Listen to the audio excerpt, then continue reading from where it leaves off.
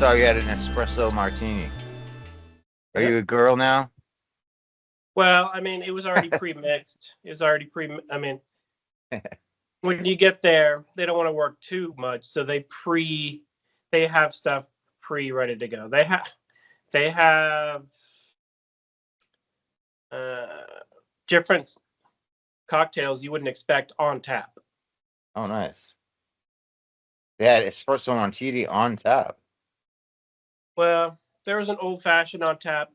There was a Paloma on tap, and then there was a pretty nice beer on tap. I don't know what it was. It was pretty good.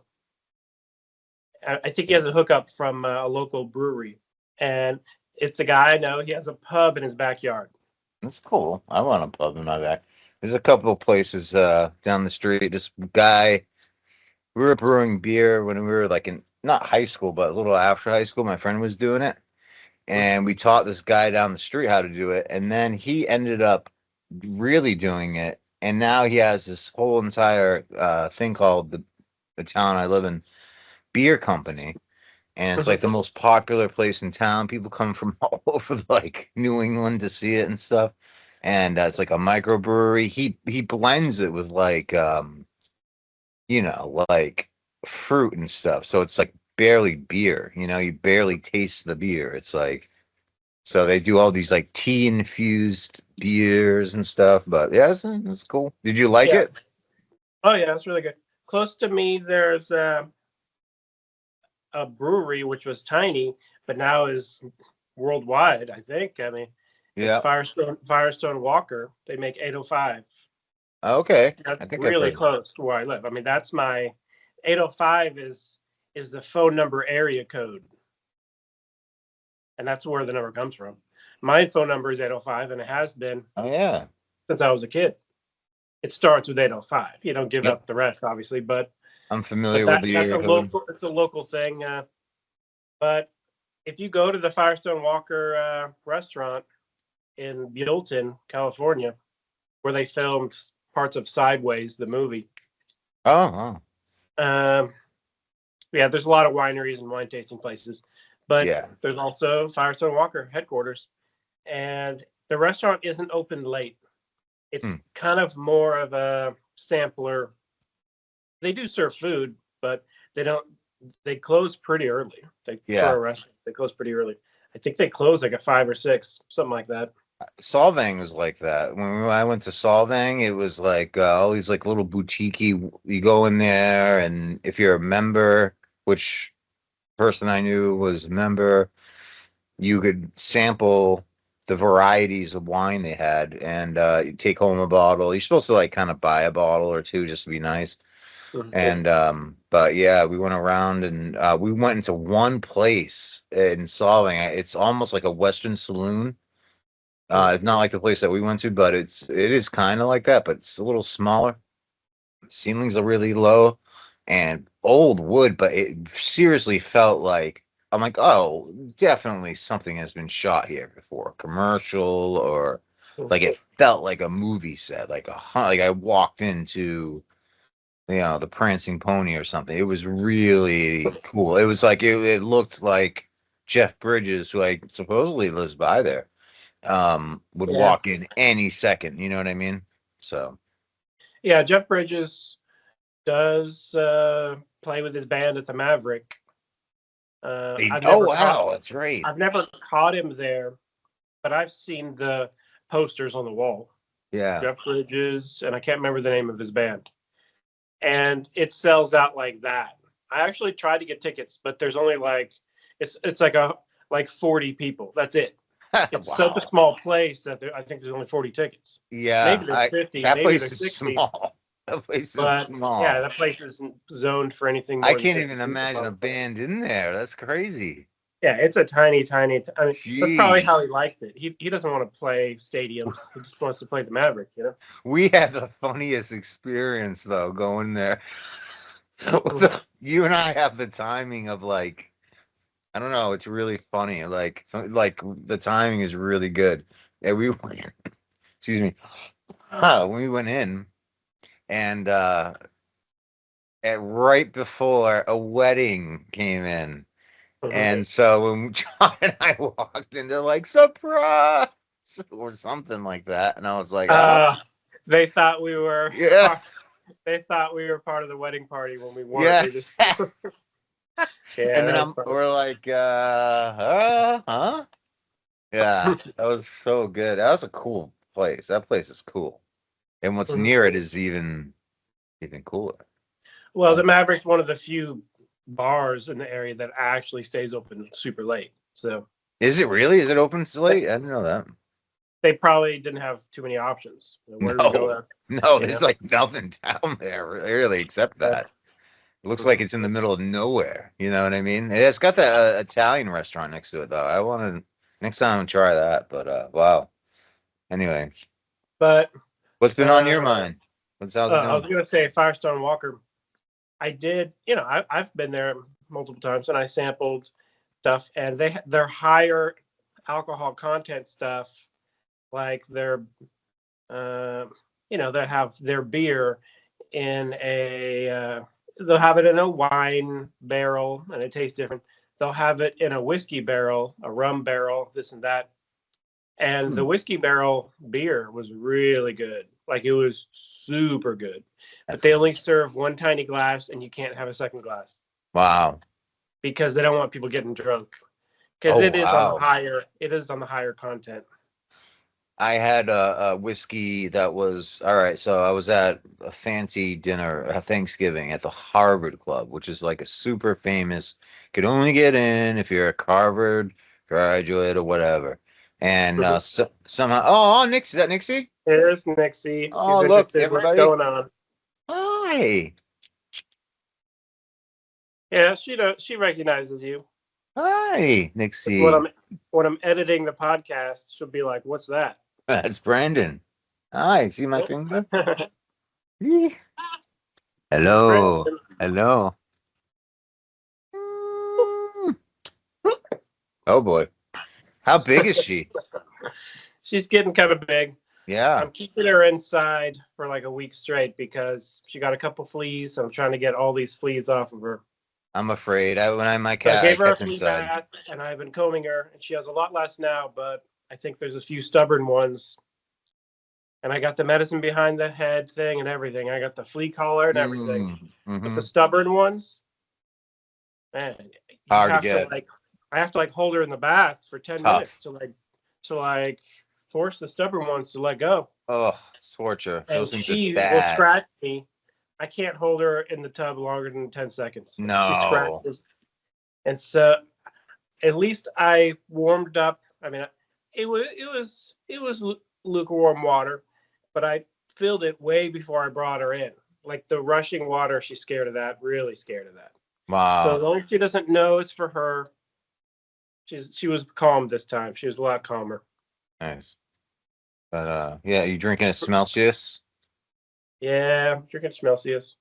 Drinking Schmarbucks. I ordered I ordered like a 12 pack of Jolt Cola. Mmm. Um, the brand Recon, the energy drink brand Recon, feel free to sponsor us and send us some free Jolt Cola. Yeah, yeah. But I went on schmamazon.blom and I ordered some Jolt Cola because they obviously bought the rights. And I Yeah. was a fan of Jolt Cola as a kid. Mm. I didn't have tons of it, Me but either. occasionally when I went to a convenience store as a kid and I saw it and it said on the side, 4 times the caffeine, or Yeah. maybe it said 2 times caffeine times two. And Yeah. as a kid, that's enticing. Yeah. I remember that.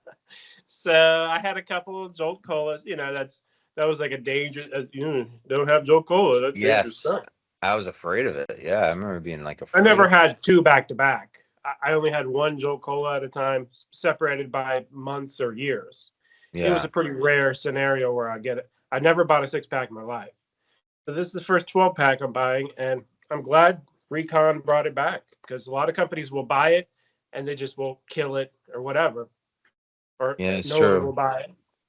Oh, I was gonna say, so I'm at the Harvard Club, right? And it's after dinner, people walking by, Larry Summers used to be his signature is on the dollar bills that were printed because he was the U.S.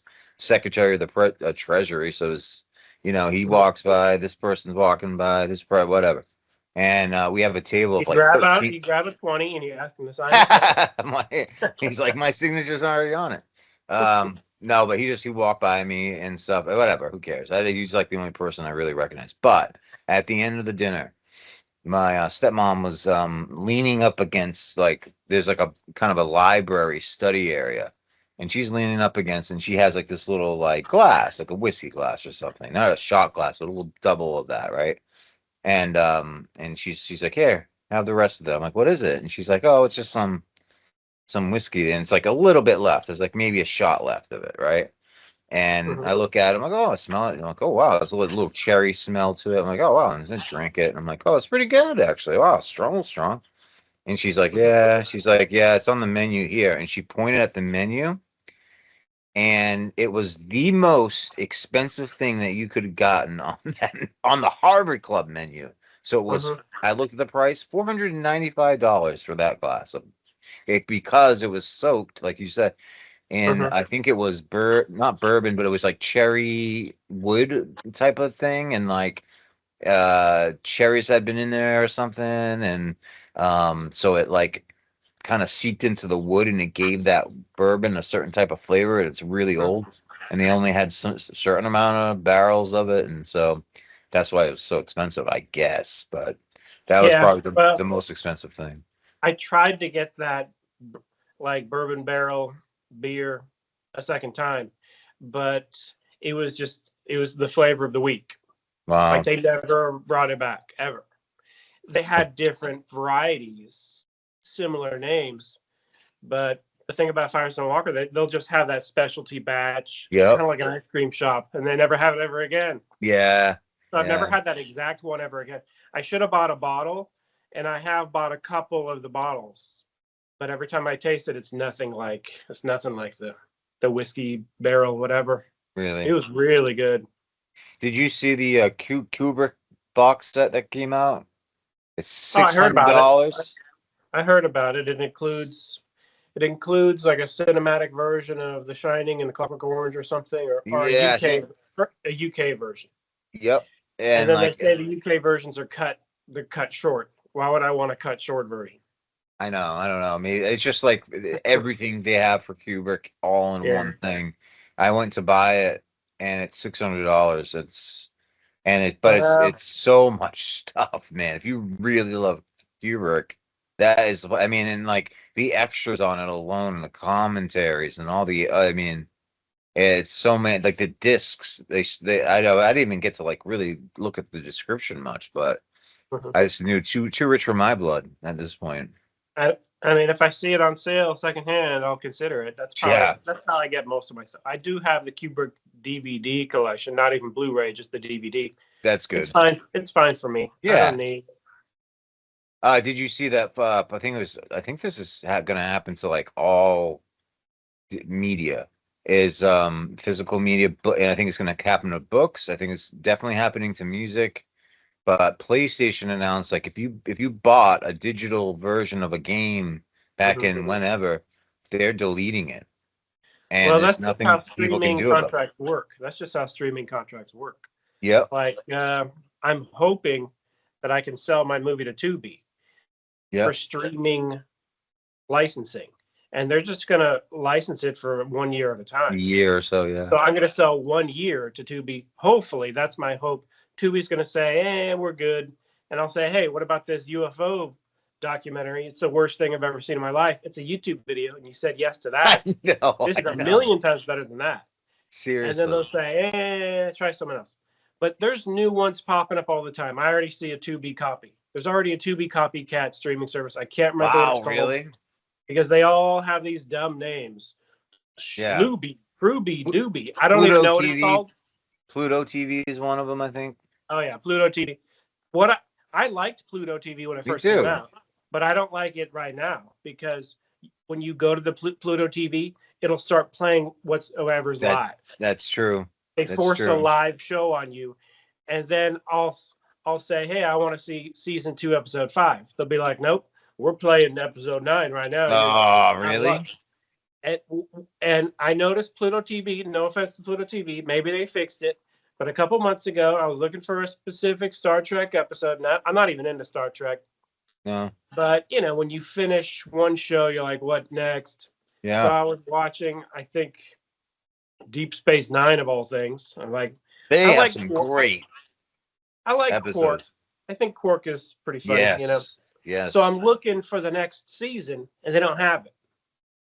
Pluto TV doesn't have the next season, doesn't exist, right? Ah, that's too bad. And then I see live, they have it.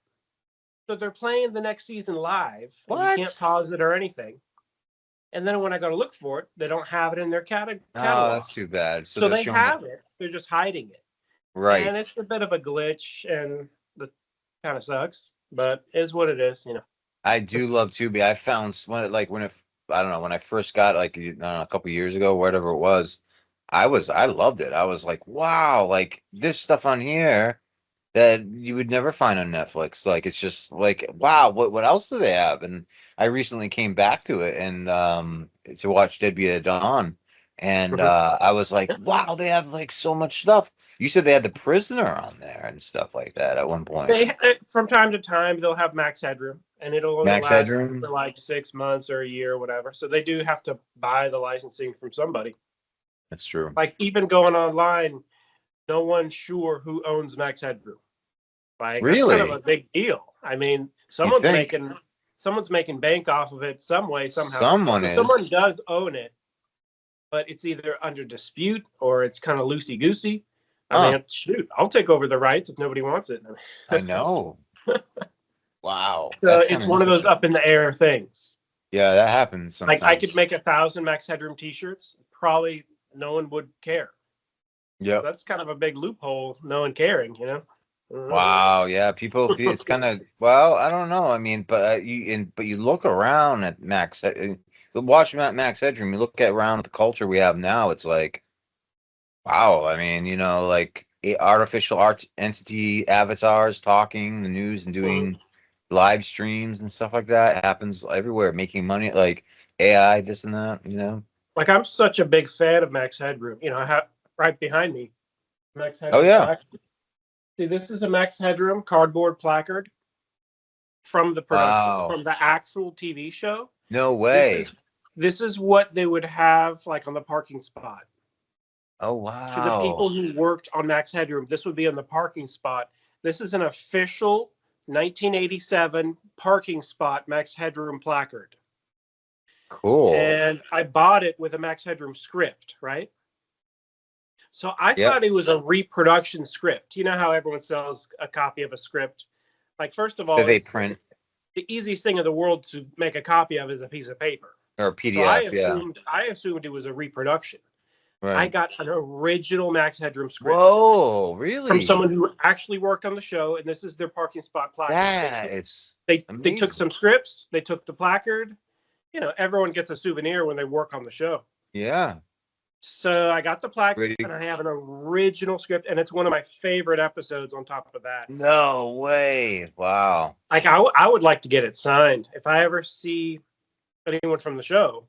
Yeah. Like for example, the guy who played Max Headroom, Yeah, who was that? Matt Brewer. If I Yeah. ever see Matt Brewer, I want him to sign the original script. I think even he would be surprised. Or Did even he go this. on to do anything? That guy, Max Yeah.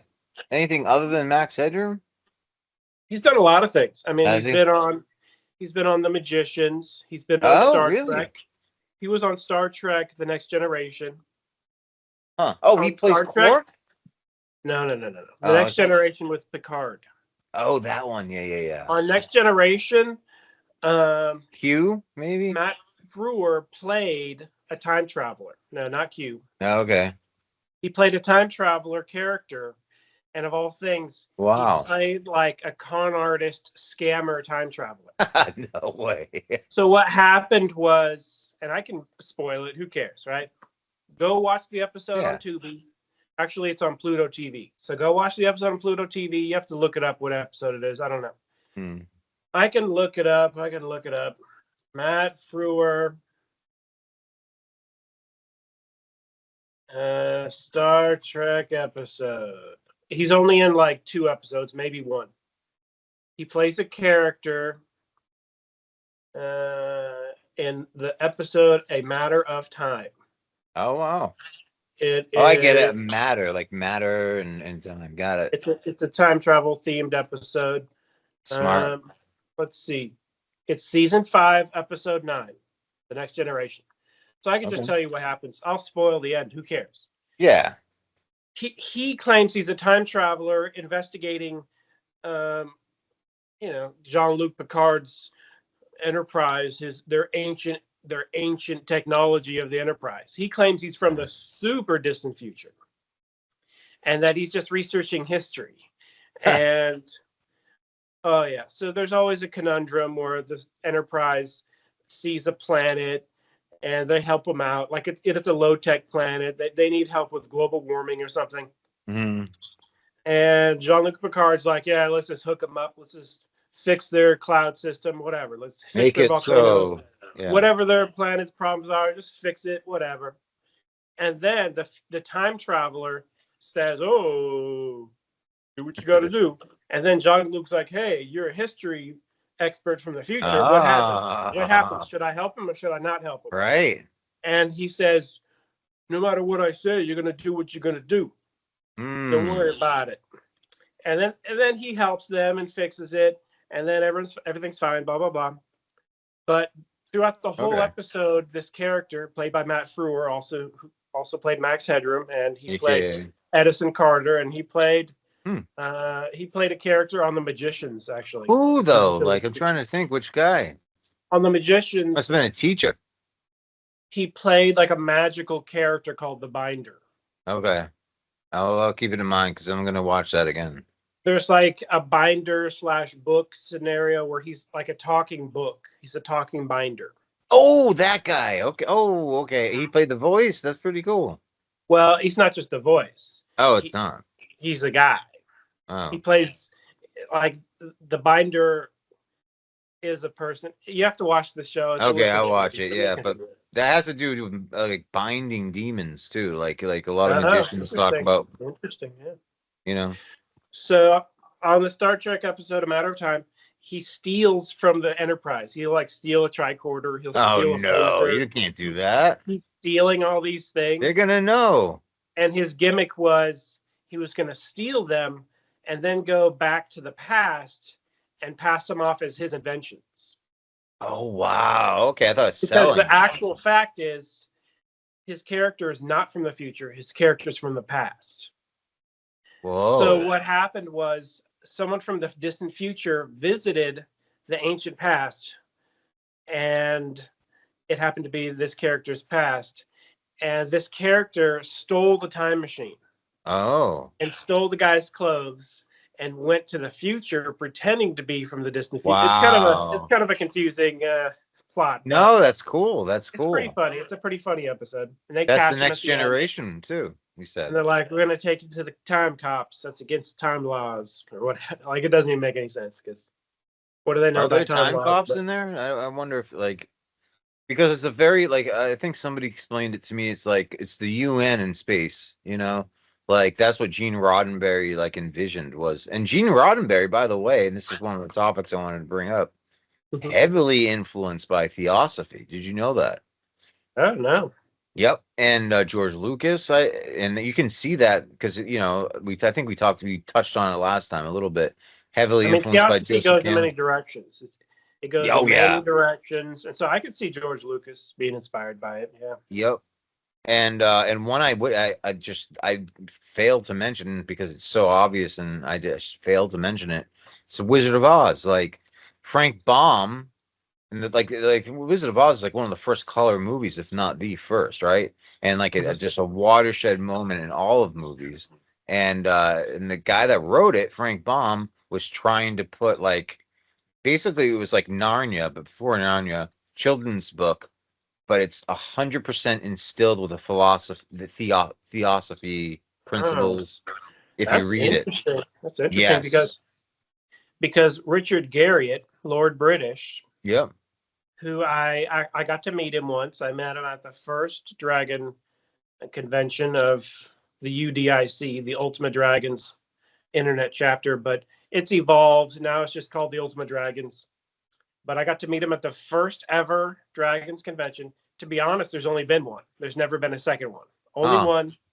It was at the Hilton, or was it at the Disney Hotel? I think it was at the Disney Hotel and Disneyland, nice.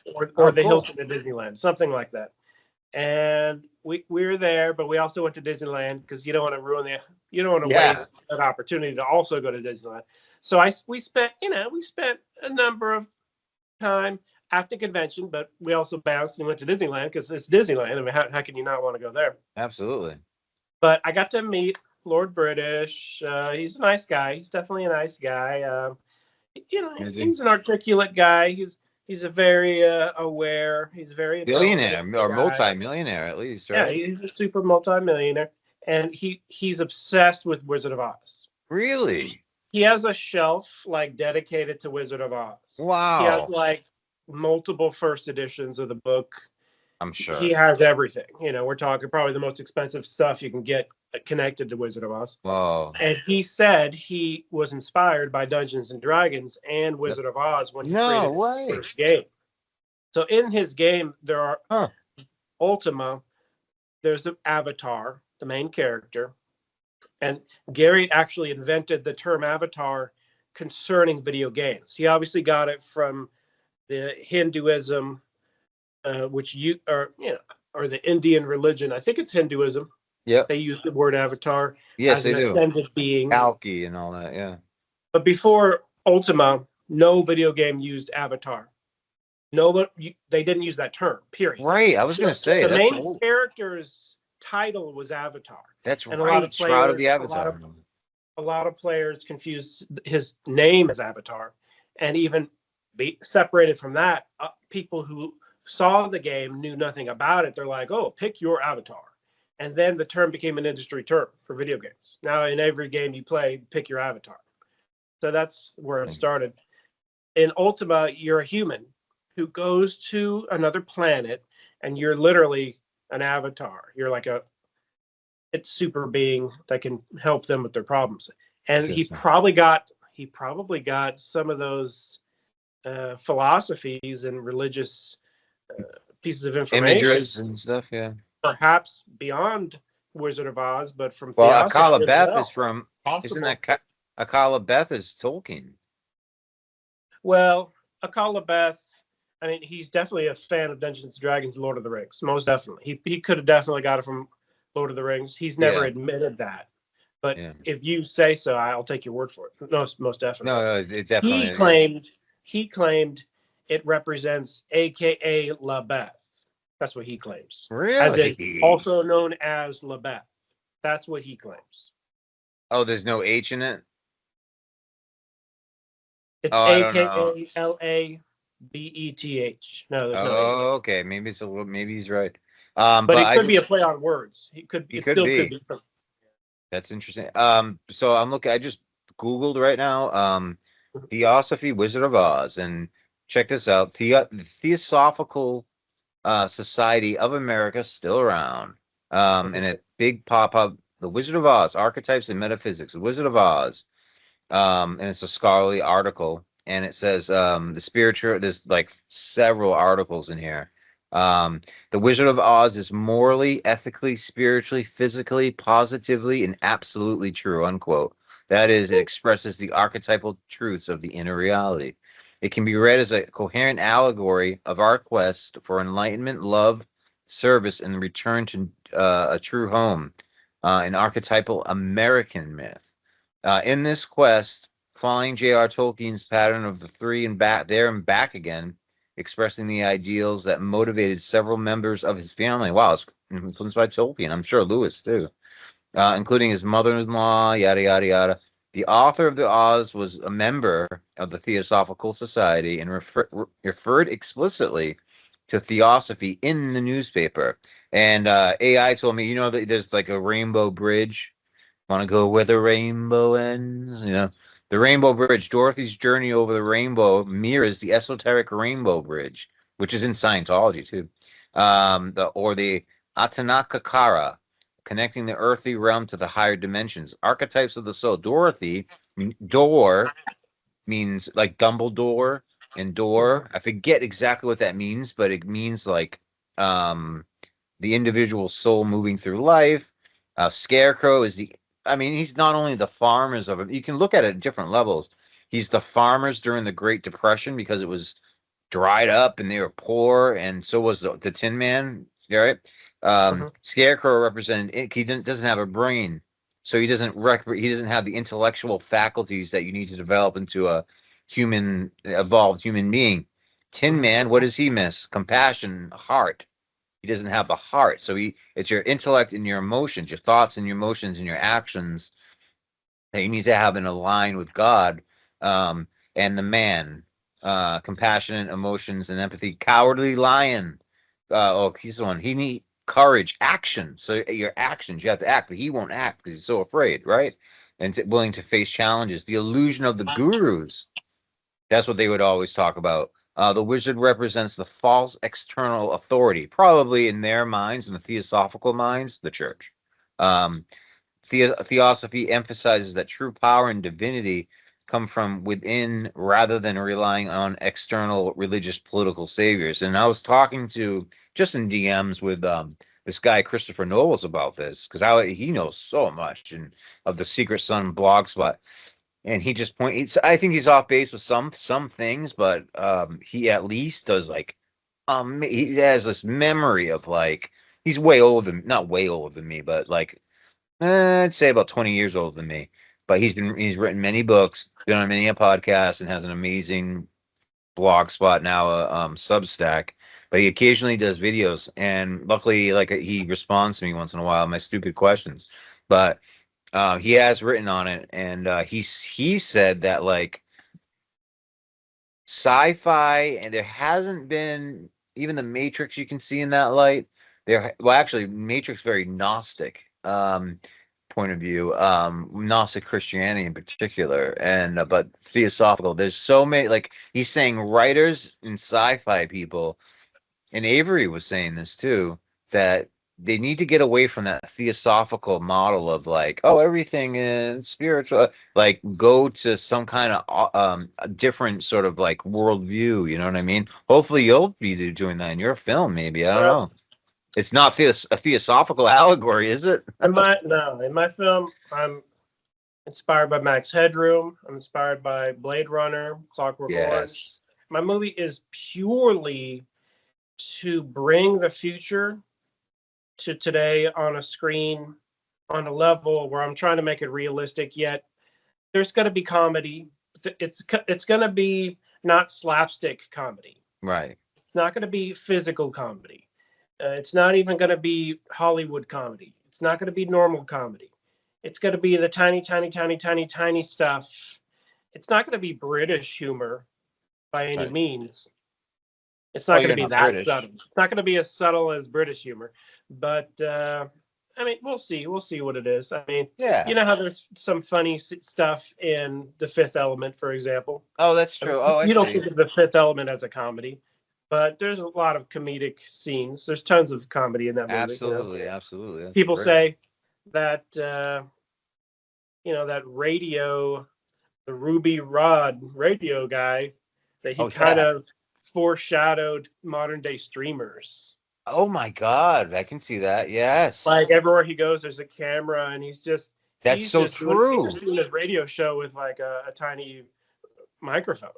So that Yeah. it's very much like someone filming themselves, Chris doing Tucker. a live stream while Yeah, they're Chris walking Tucker around. was amazing in Yeah, that Chris Tucker role. did a great job, and actually that role was written for Prince, the singer, That he and would have been perfect Prince would have done a great too. job, but Prince would have not done as good as Tucker Yeah, I don't think so either, because actually. Prince would have taken it seriously. Yep.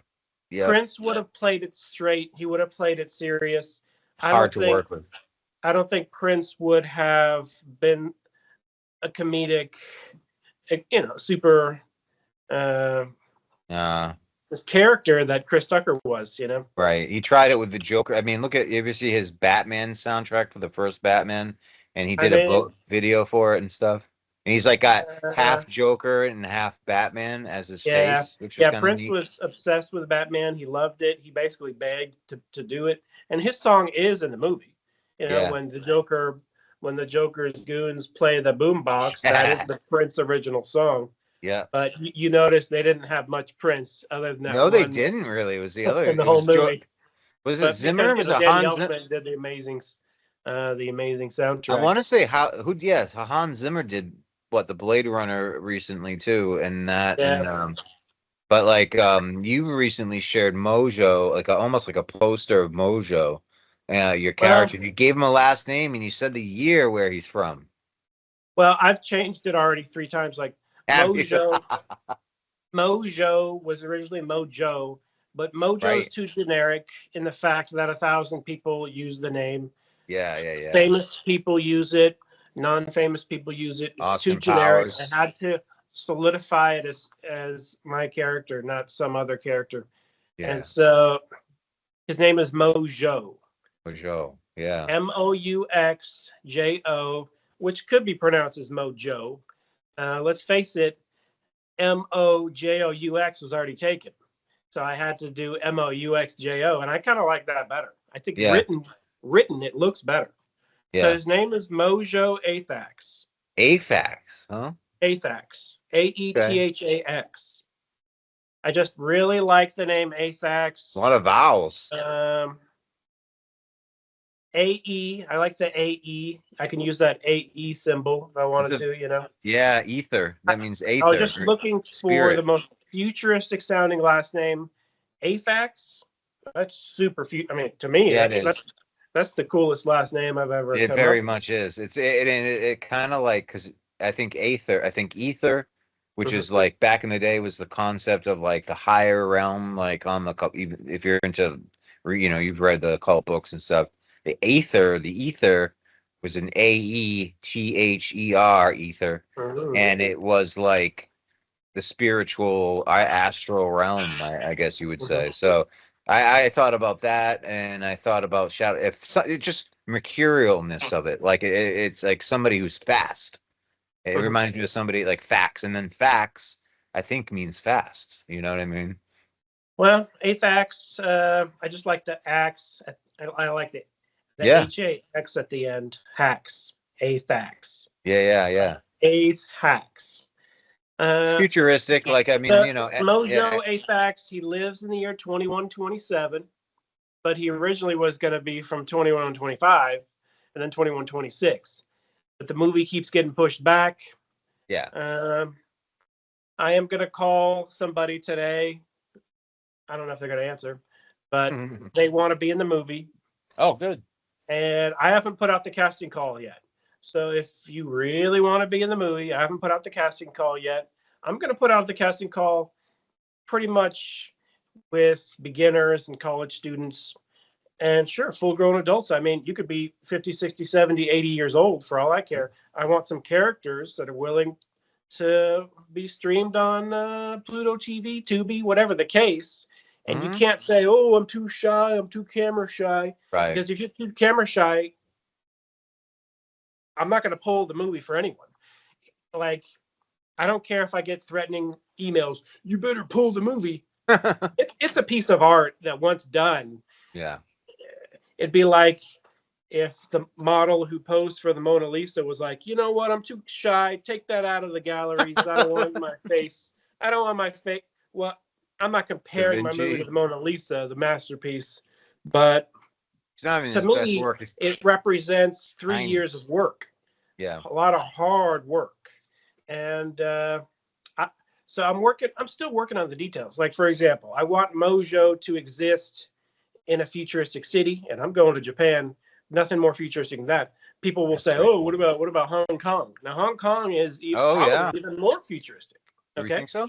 but I'm not looking for physically modern. I'm looking for something that looks like it's been futuristic for 100 years straight, and there is Oh, grittiness good to it. point. There has to be Yes, some grittiness to it, like Blade there Runner is. grittiness. If it's too clean and the building was made 5 years ago and it's Right. immaculate, that's not realistic Not your for a 100-year-old city. that's been futuristic That's for a good 100 years. point. I That's a think great Japan point. fits the aesthetic perfectly, exactly, Yep. down to the details of the gutters. Yes. I'm gonna be looking for a gutter with like perfect paint job. Now, if Cool. I can't find a gutter with like perfect little pinstriping, and Put it on there. this is a detail I've never even seen, but I don't know if Put I it on mentioned it, there. but there is a scene where I'm going to show the gutter in extreme detail, That's and I'm going to awesome. recreate and I'm going to build a gutter, No and I'm way. probably putting it in my backyard. Oh, what? So it's just going to be a tiny segment, just a tiny segment, and then I'm going to cut to a real gutter, probably in Japan, and then cut to this fake gutter Right. in my backyard. No, no. I'm spending tons of time, tons of effort for the Oh, you are, tiniest man. of details.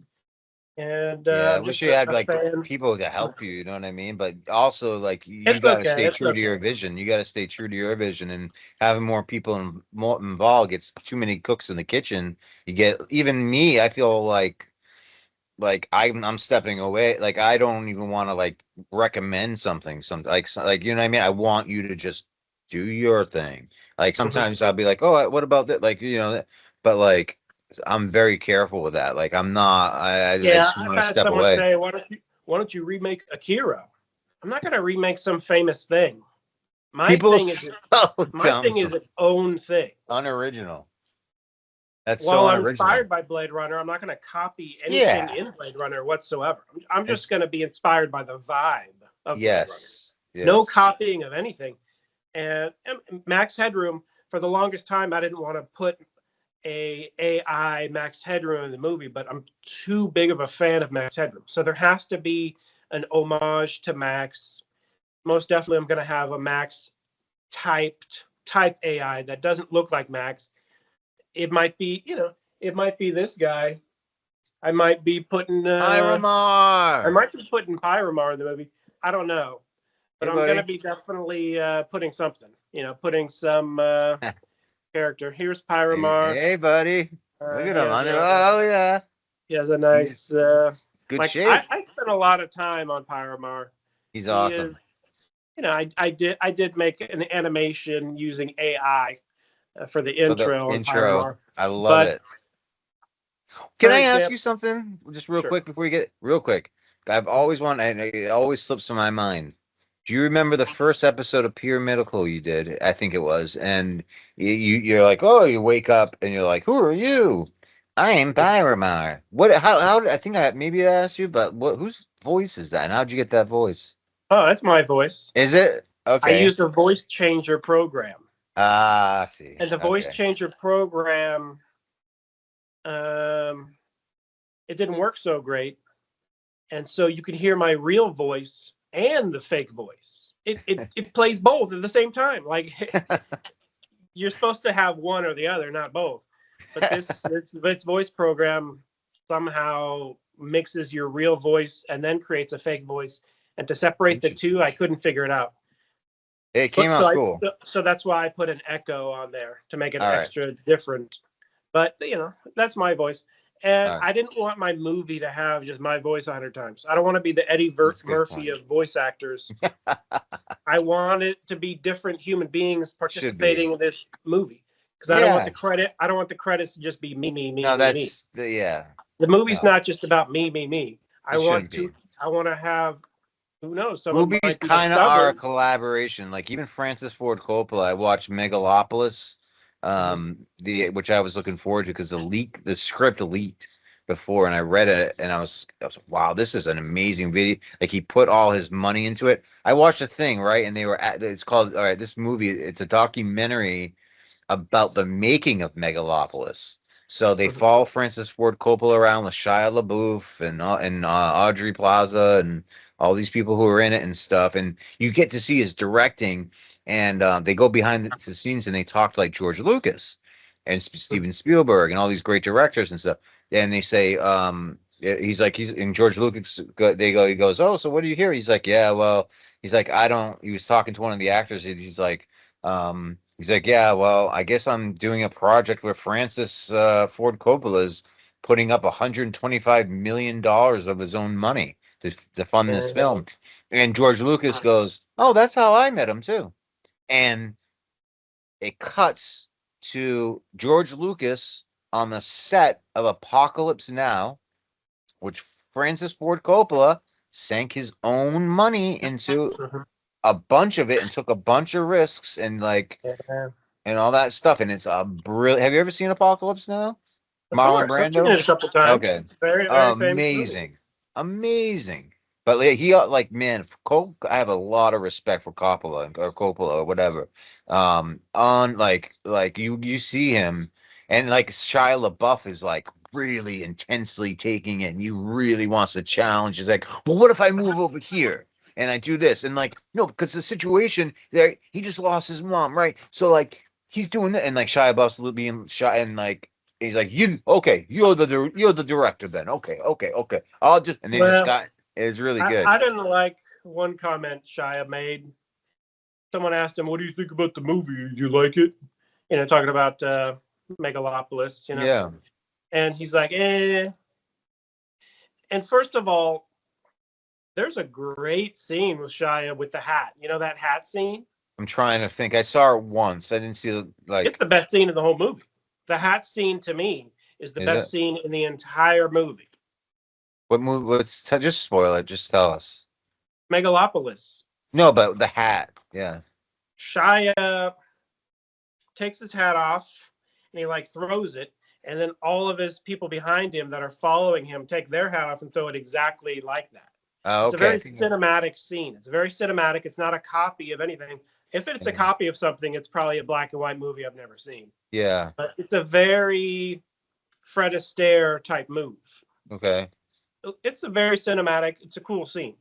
And for Shia to say, he's not a fan of the movie, that's disrespectful, I I think. think he Shia is tough to like pin down like Maybe just mentally. that day he was having a bad day. You never know. But you go behind the scenes, like they argued quite a bit, and like Mhm. to the point where, and like they got, and like Shia goes behind the behind the scenes, and yeah, he's like, me and Francis got into it, blah blah blah blah blah, but, and then one night they really got into it, Mhm. and he like walked off the set and all this stuff, and then the next morning, Shia got a letter, and he busts it out and he reads it from Francis, and he says it was really nicely written, and it said something like, "But we fundamentally disagree on some fundamental aesthetic principles.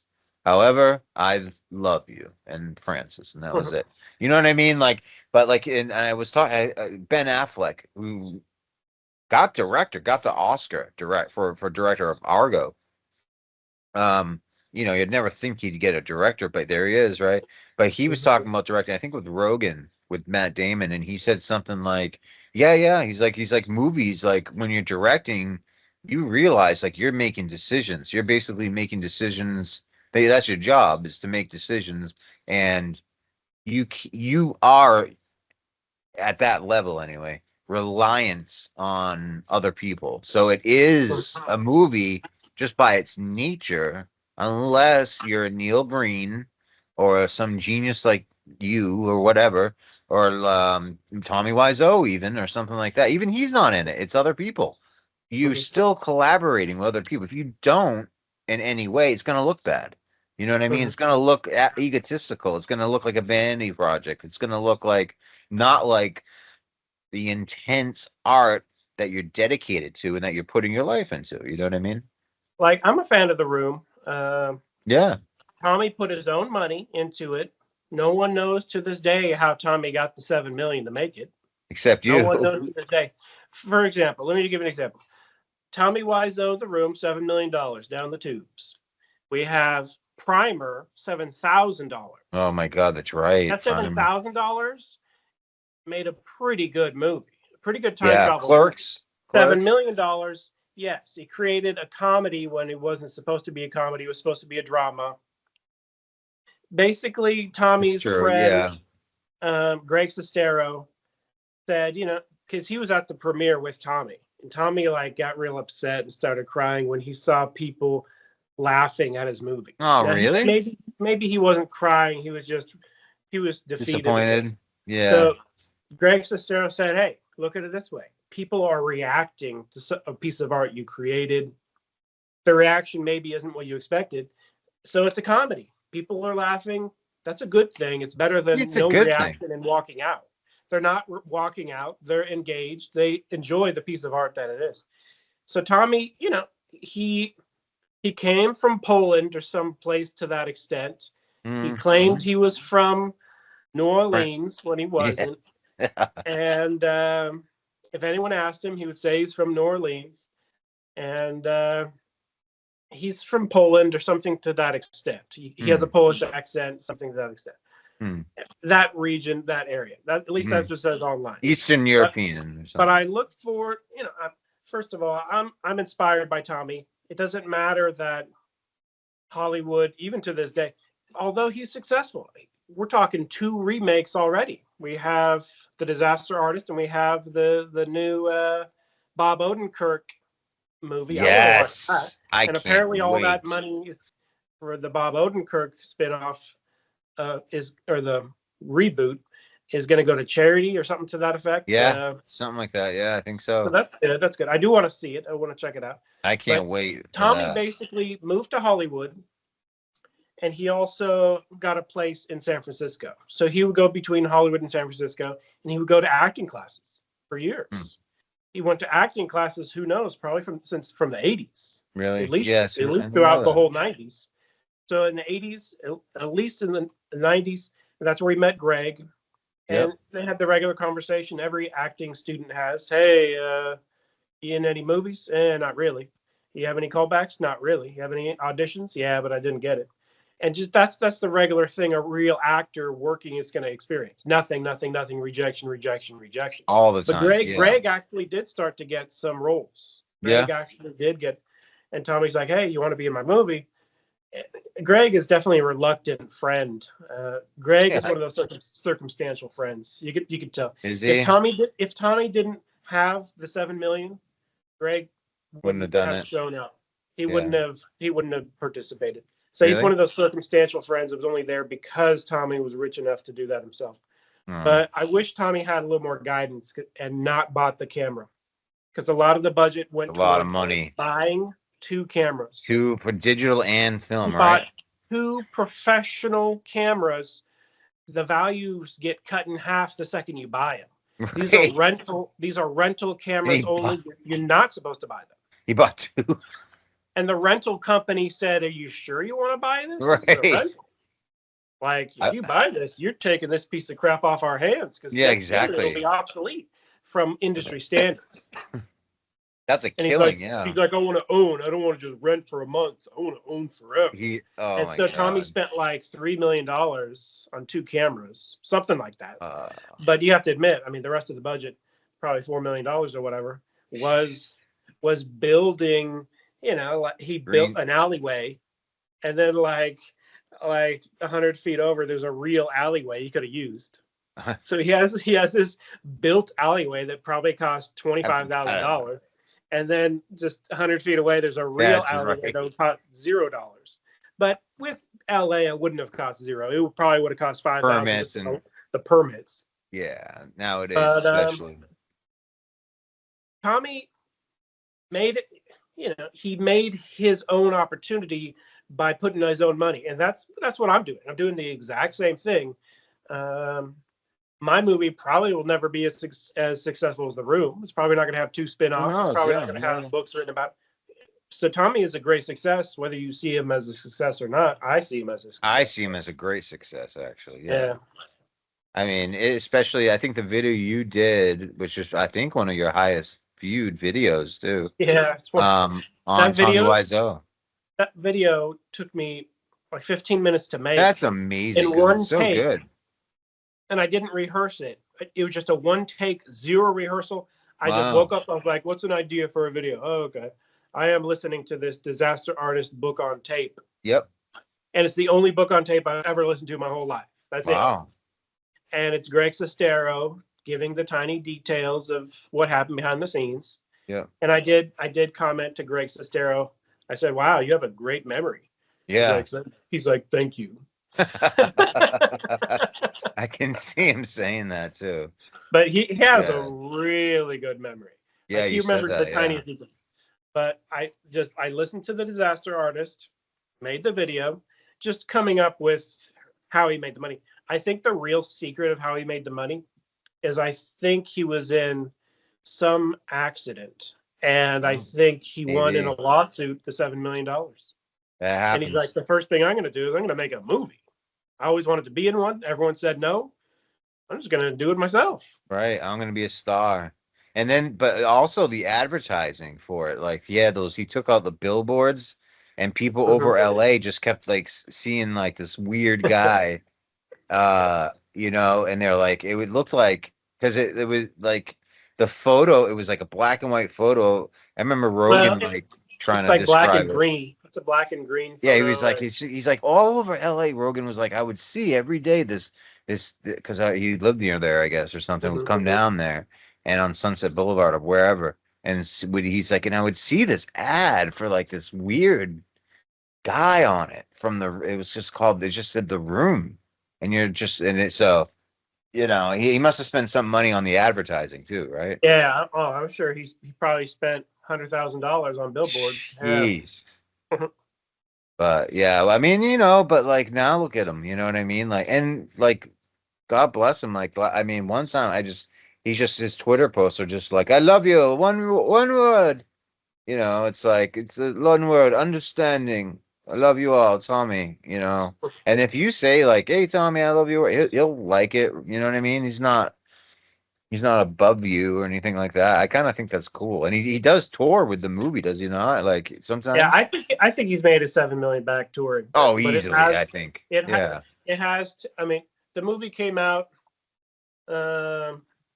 What did it come out? 2004, I'm 2003. not sure. So the movie came out in 2003, and he's literally toured with it every single year since 2003. So we're talking uh, 2004, 5, 6, 7, 8, 9, 10. There you Do the go. math. Do the math.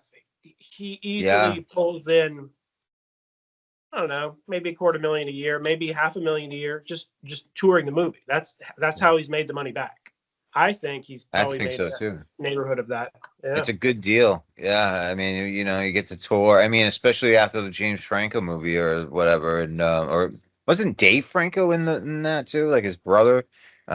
So where he played. I mean, then it gets even more popular, and I think he did a pretty decent sold out tour on that, maybe even in some cases. But I don't know Uh, if he came to Boston. I think he came to New York City was the closest place around here that he went.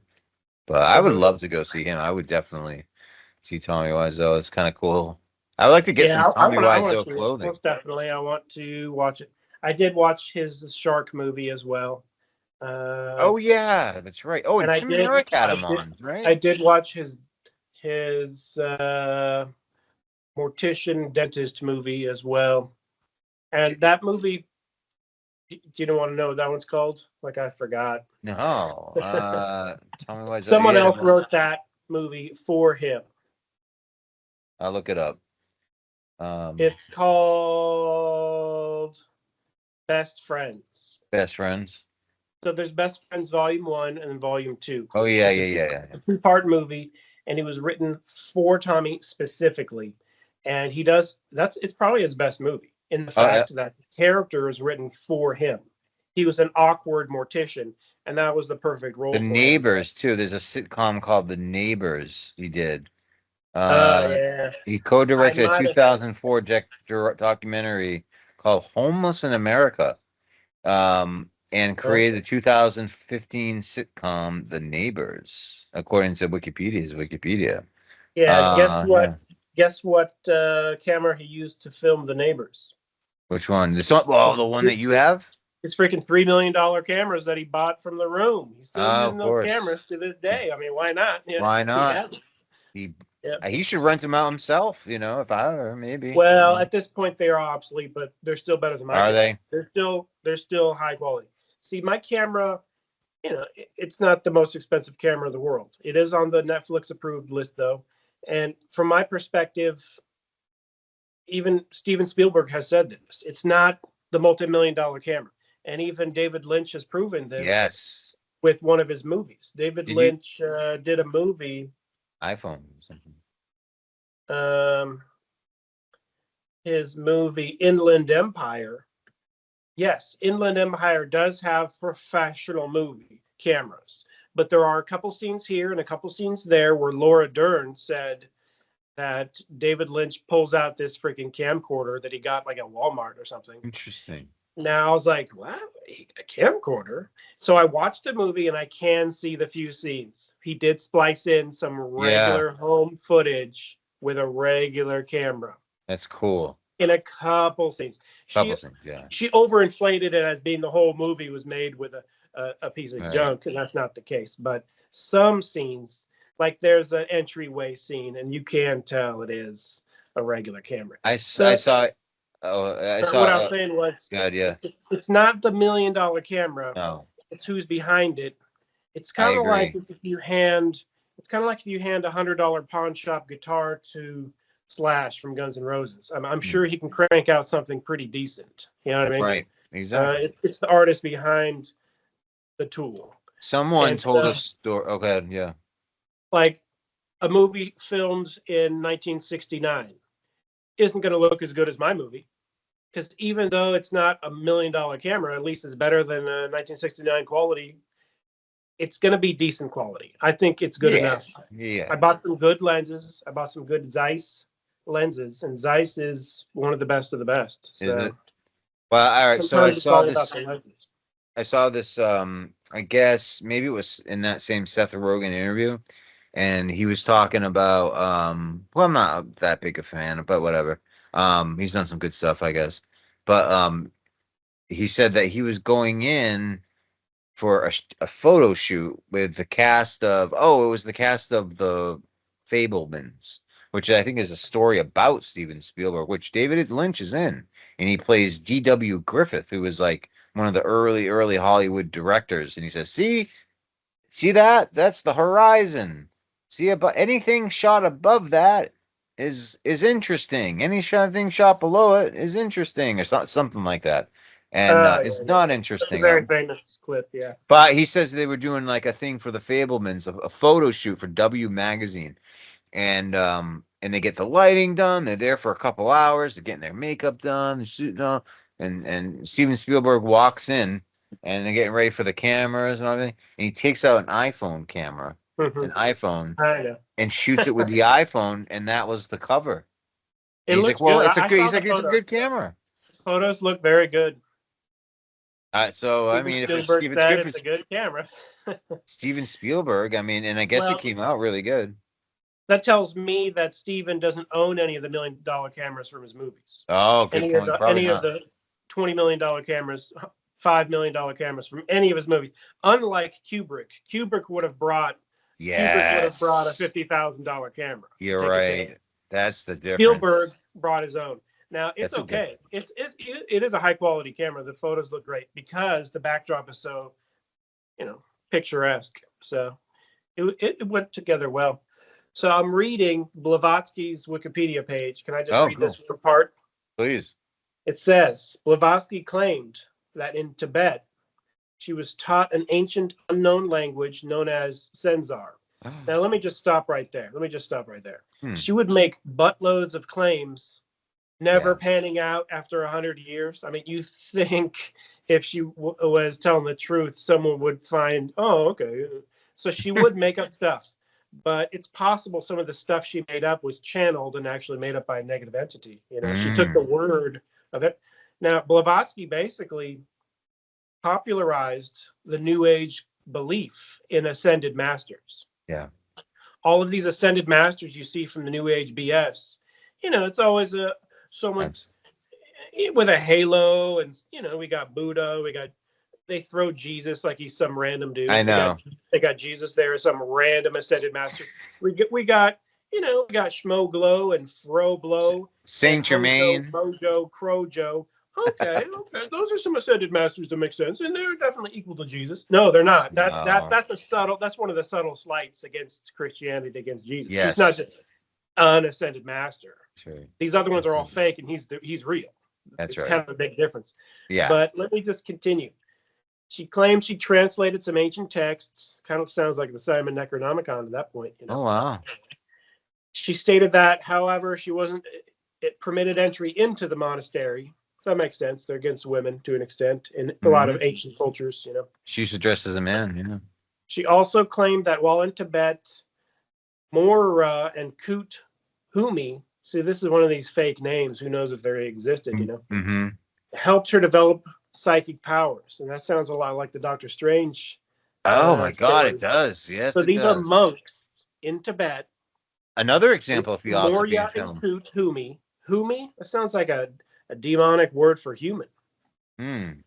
Humi, these two monks in Tibet, which may or may not have ever existed, claimed they taught her clairvoyance, clairaudience, telepathy, and other psychic powers. That's straight out of Doctor Strange. In other Yes, words, it is. probably inspired Doctor Strange. I was gonna say, yeah. And You're they spot also on that. claimed to help her control another's consciousness, dematerialize and rematerialize physical objects, and to produce their astral bodies, thus giving the appearance of being in two places at once. That's I straight was out of by Star location. Wars. That's straight out of The Last Jedi Wow. with Luke, you know, being in two places at You're once. right. One of them, the Force ghost Luke, and Star Wars nerds have said, "Oh, that's been in the canon for many decades." So George Lucas apparently did put that in the canon, and George Lucas is probably inspired by Blavatsky, who claimed that. That's fascinating. That's So that's right. The interesting. bilocation thing. Mm-hmm. Huh. But the Ascended Masters is really one of the more demonic things. I think so. You see that even in ufology. You see it all over ufology. Here's the Ascended Nordic Master that I talked to. Right. And I did have a vision of a Nordic ascended purported being, and I thought it was Lucifer. The first thing. Now I didn't only think it was Lucifer. I think I got a message from this being. If it's real, sure, it could have been a daydream, but it was too crisp. It was too vivid that it might as well have been an actual transmission from an entity. And this was back in the corners of room days when I was doing ghost investigations in my room, and that's not smart. You shouldn't do that. Good idea. No. But during that time frame, I did have a vision. It lasted a very short amount of time. It was like 10 seconds. And I saw this entity above me, and this is all in a dream state. My eyes are closed, okay? But I woke up immediately and drew a picture.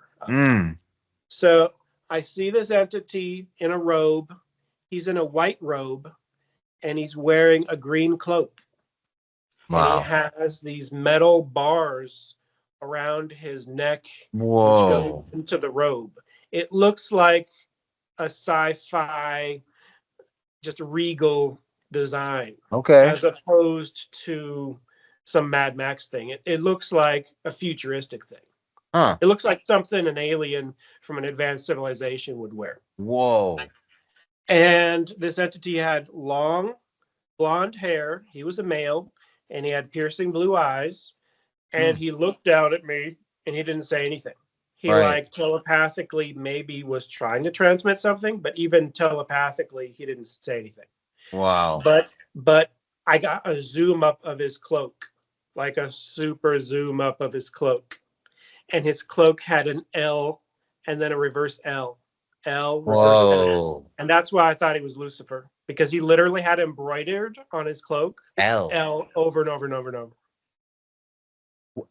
Okay, so I had somebody I saw, I don't know, I came across, and usually people these days would love to meet Lucifer, right? They say, but this person didn't like it, but they did have an experience of it, and it kind of similar. They described it's almost the same, not with the L or anything, or the clothing or the gold, but they said it was above them, and they said when they noticed him, they said there was no talk, but they said when they noticed him, that's what he wanted to be noticed.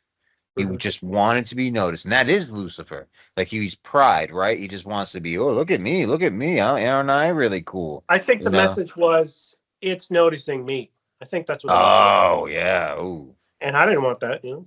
No one wants that. Oh my God. I saw something recently on Rogan podcast, but it was Tim Dillon just came on again, and I'm not that big of a fan of him. I'm But not a fan to the point where if I no, see him, I'll just click it off.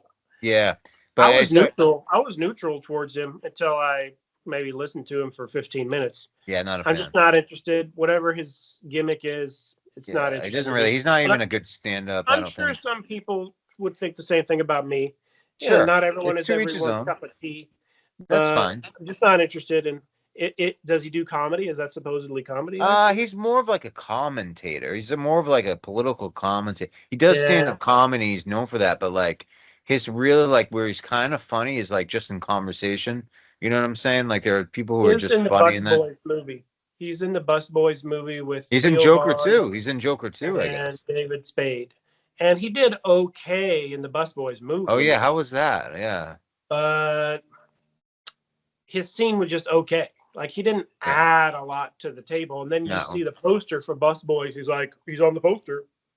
Like he's such a side character. I He wouldn't is even. okay in Thanksgiving. There was a movie Eli Roth put out called Thanksgiving, and it was filmed in Plymouth, Massachusetts, which is where and he was in that and he was okay in that. He had like one scene, but and he was like a child actor. I didn't know that. But anyway, it has nothing to do with him, his story.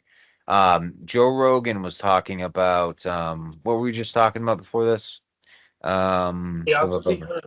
Theosophy, but no, you had just mentioned Lucifer, Uh, and then oh, it will come to me. Hold on, let me just check it out real quick. Oh, well, we're going to talk about yeah, Richard Garriott real quick.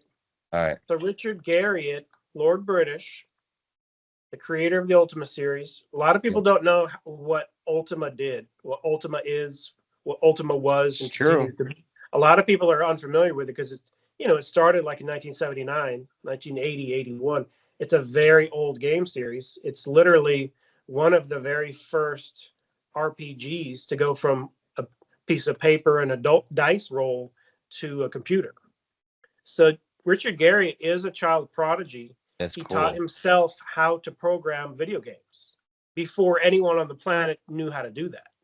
So he Wow, taught himself at school when other kids are playing basketball. He's at the computer lab, which would have been ancient back then. It ain't would have been the big, first and computers that could even be rolled he's into a lucky to even have classroom. that. Yeah, So he created his first game on punch cards. That's how old that was. So he created a couple games on punch cards, punch rolls, and then he created a game on a disc, and then he sold that game. And as a kid, as a teenager, he started to make hundreds of thousands of dollars because these games were popular because back then there were so few games. There was like 10 games. That's it. Maybe 20 games. There were so few games in existence that his game sold thousands of copies, tens of thousands, 100,000 copies. And so Garrett inspired, we're talking Zelda wouldn't have existed potentially without Ultima. We're talking Final Fantasy may have not existed if it wasn't for Ultima. We're talking any RPG you've ever heard of may not have existed or been in its form as it is today without Ultima. Ultima that's a is a good point. huge thing. Now, Huge. it's been 35 years since Garriott sold Ultima to Electronic Arts back in 1992. Oh right, I mean, next huge year, company. technically, 2027 will be 35 years. And Garrett's been waiting these 35 years Yeah. because the copyright expires and goes back to the original author. All right, I found the So thing real Garriott is after going you're to done. get the rights to Ultima, just the copyrights, though, not the trademarks. Oh, So basically, Electronic Arts just re-upped all of their trademarks on Ultima because they know that Garriott is going to get the copyrights next wow, the year. rights They back. didn't Yeah, want him to also get the trademarks. So you pretty much have to ask AI or a lawyer, a copyright lawyer, trademark lawyer, to know what's going to happen. But Garriott yeah, can that sucks. release an Ultima game, and I have some hopes, but I don't have the highest of hopes because Shroud of the Avatar It's was a bad, right? disappointment, and I'll Yeah. tell you why it was a disappointment to me. Because Shroud of the Avatar is one of the fakest MMORPGs in existence. Really? It's not an MMORPG. It's not an MMO. It's online and has online connectivity, but it's so instanced that it falls in the category of CORPG, competitive online role playing game. Oh, okay. What's the difference between a CORPG and an MMORPG? One is massive and can have like 100 people on the screen, if not 1,000 people on the screen, theoretically speaking. Mm-hmm. A competitive online role playing game. This term was basically created for the games that could only have like 4 players. Here's 4 players on the screen. That's it. That's the limit. And that was Diablo 1. Mm. So, 5, 6, 7, 8, 9, 10 players on the screen. That's still a CORPG. You're in a battle, 20 versus 20 players. That's still a CORPG. It's a term which indirectly says limited and low numbers. But what it is just, like 1 versus 1, 20 versus 20. It has to be 50 versus 50, 100 versus 100 to really be an MMORPG, which is what Shroud was sold as, and it never was. But my biggest gripe beyond that was I asked, greedily, selfishly, I asked for non-instanced housing. Now, I have since searched and searched and searched to see if I'm the one who coined the term non-instanced housing. And I may or may not have coined it. Let's just put it this way. It wasn't a common term until I mentioned it 500 times online. I mentioned it as far back as probably the late 90s, early 2000s. Probably the earliest post I could find myself mentioning it might be 2003, 2004. But maybe because the cache things don't stay up forever, 2006, 7, whatever. But I coined it to an extent. Other people caught on, and maybe it already existed, okay? But non-instance housing for video games means you ask your friend, oh, come on to this server. Here's my house. And they go to the server and they're like, okay, that's a cool house. You built that yourself? Yes, I built it. It's a non-instance house. Anyone walking by will also see it. Yeah, that's I like a non-instance house. And then we have World of Warcraft, which goes out of their way to have instanced housing. Here's a generic building. See that door to the generic building? You go inside that door. Here's your shelf. Here's your stuff. Right. No one can see it. Only you can see it. Right. You can invite someone in to see it. But it's like a DM version of a house. Oh, it's a private, secret little place. No one can see. Everyone walking by sees the same generic building. Right. They see the same generic doorway. You go through that generic doorway, and it'll prompt you, do you want to buy this? And you're not buying anything. You're just unlocking access to what anyone can unlock access to. It looks the same. You can't do much. That's instance housing is very boring to me. Yeah. Why is it boring? Because in Ultima Online, there were good neighborhoods and there were bad neighborhoods in the game for real, in real life. You go to a bad neighborhood, a bunch of player killers own these houses. Whoa, really? These player killers own the 50 houses in this area. And you're literally going to a bad neighborhood, and it opens the world up to real scenarios. And then you'll see the opposite. Here's a good neighborhood. This 10 houses is owned by the same guild. They're very positive minded. They'll have chests with free stuff. They'll have vendors with cheap stuff. You go to this neighborhood for shopping or whatever the case, everything's cool. And you can't have that dynamic. That doesn't exist in a game with instanced housing. It only exists with games with non-instanced housing. Okay. So when I asked casually, and maybe greedily, selfishly, is Shroud of the Avatar going to have non-instanced housing? Not only did they say yes, they said yes 10 times, and then they put on their website, we have non-instanced housing. And then my hopes are high. I'm like, that's such a rare scenario. People don't understand. There's only like 5 games in the world that have non-instance housing. It's only like 5 games. It's a very small board. That creative team. Jeez. So I get in the game. I buy a second account just to test it out. Actually, I bought the second account for my nephew, and he wasn't interested in the game. And yeah, but you could use it too. That's pretty smart. So I have 2 computers.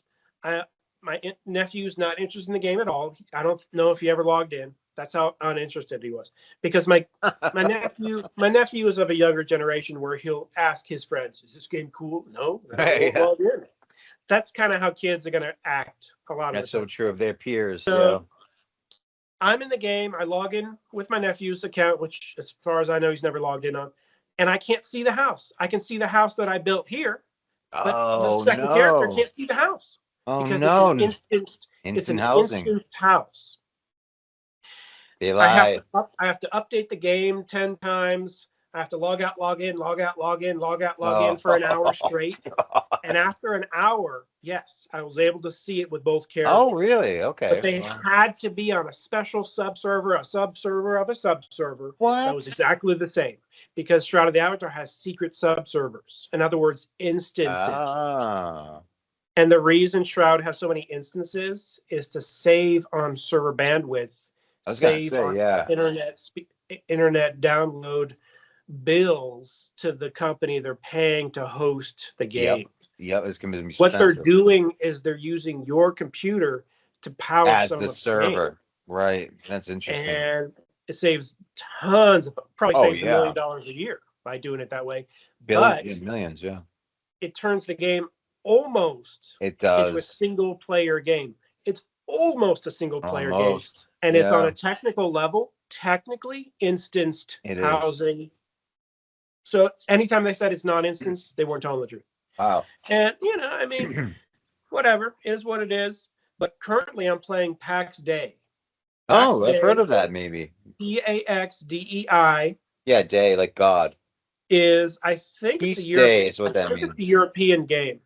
Peace Day. It's a medieval European style, very realistic game. I'm playing it. Maybe I could show some clips of me playing it. And I built my I see it. castle. I bought a plot and I built a castle, and it's very shoddy. I'm just testing the height limits right now. Looks cool. So I can build 8 stories high, and it looks pretty cool. There's a And whole I economy. upgraded. I upgraded to 2 plots, but I'm going to downgrade to 1 plot because it does cost money. I think it's $6.99 a month Oh to wow. even have 1 plot, and it's $12.99 a month to have 2 plots. And let's face it, when the next game comes out, I'll probably drop it and bounce. But for the time being, it is 100% non-instanced, and it's like one of the 5 games in the world that can do Wow. that. We're talking Ultima Online, PAX Day. I think Worm Online is one Maybe of them. Lotro? What about Lord I of the did Rings try online? Worm Online. No. Lord of the Rings No. Online, 100% instanced. World Is of it? Warcraft, 100% instanced. Any game you're going to mention on the whole planet Earth, instanced. You almost have to ask AI, what are the non-instanced housing games? And AI will lie to you, give you some Right. examples that are lies. You have to ask and ask and ask, research and research and research. I've researched this particular subject. Maybe it's not interesting to everybody, but I've I researched think it's non-instanced housing. I've researched it for 100 hours looking for the few games that exist on it. I'm just a fan of a good neighborhood, a bad neighborhood. Here's a castle everyone yeah. can see. Okay, Yeah. so Dune Awakening is one of those few games. Dune Awakening has It is. non-instance bases, and it doesn't cost any monthly fee. But okay, Dune Awakening recently got rid of taxes, so that was a huge hindrance on players. They had to pay. They had to go into town Taxes. to pay taxes on the bases. They And got rid of log all on taxes. and Now you just have to pay the battery tax and harvest batteries and put the batteries into the power oh, generators. And that's 10 times still. easier than going to town and paying taxes. Okay. But it's Huh. still a bit of a hassle. I have 3 bases in Dune Awakening. I can show these 3 bases because Mm. eventually they're going to drop. I want to keep these bases up until Dune 3 comes out in theaters. I'm looking forward to Dune 3, Dune Messiah. Me too. I hope there's a huge, awesome scene with the the spice Oh yeah. addict who can bend space Jason time, time. Yeah. and they're called the Navigators, Space Guild. the Spacing Guild Yeah. Navigators.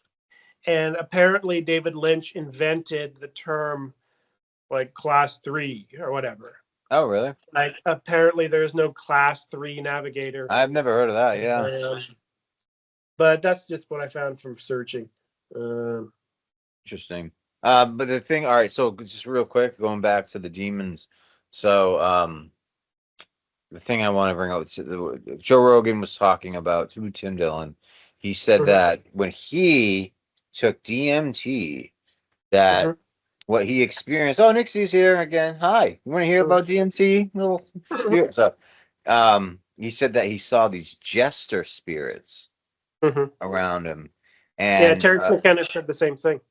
right, and but he said that they were mocking him Mhm. and being like, ha ha, ha, and like flipping him off and stuff like that. But Mhm. um yeah, it's like he's like, oh, but they tell you something and they you learn from them and all this stuff. And it's like, well, I don't know. But yeah, that's that's really good what you said about like theosophy and the bilocation thing. I never even thought about that. Like Mhm.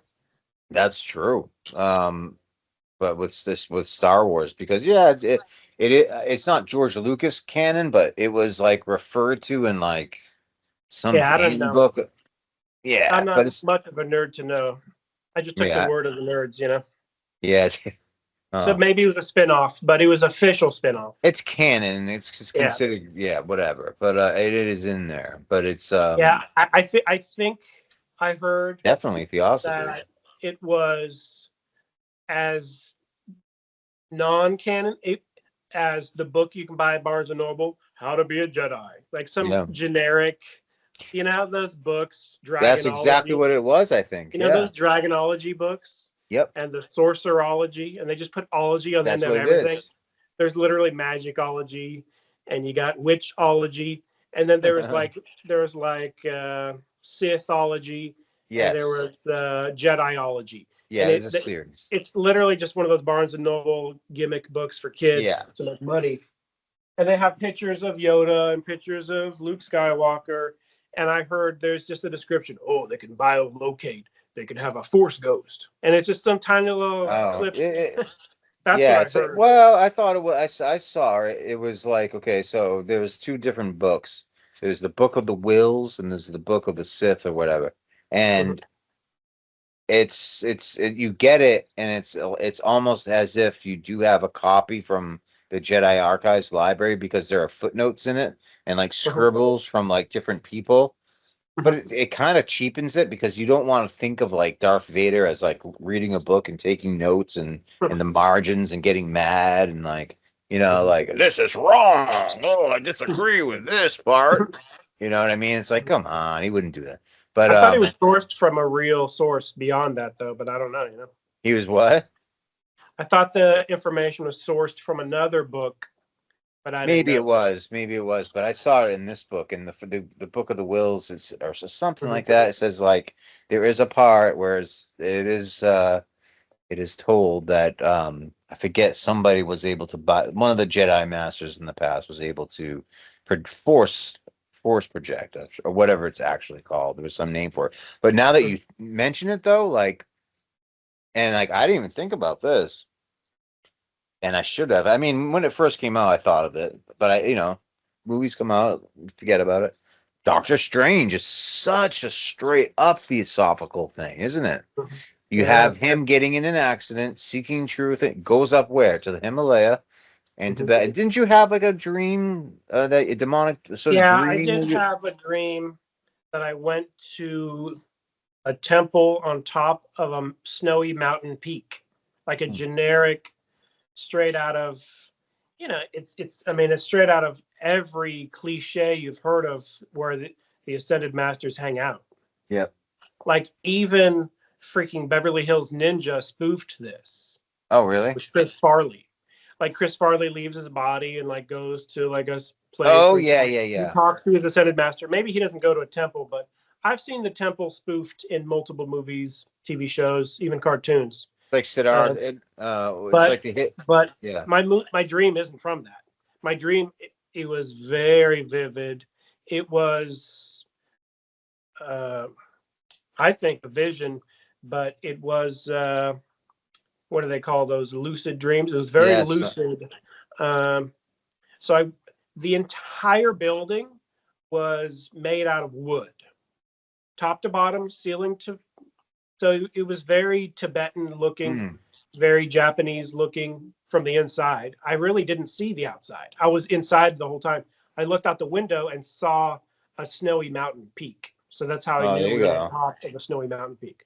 And the window had no glass. It was just a frame with no glass. And there were wooden beams and just wooden panels of real wood everywhere, from ceiling to floor, matched the same color. It was all the same color wood. So I'm walking around, I'm looking around this place, and I see my cousin who passed away, a real person in my life. Hmm. And Wow. my cousin points. He just points. And I turn and I look, and he's pointing at the corner of a room. And then, I was like kind of freaked out. But I heard actual dead people communicate in dreams symbolically, and rarely do they vocalize. Speak. Yeah, right. Rarely do they speak. So it could have been my actual cousin saying, corners That's of room. fascinating. So I turned and I saw the corner of the room had multicolored sand. Probably this much sand across all of the edges of the entire I place. remember you saying that. Okay, And the now. color changed.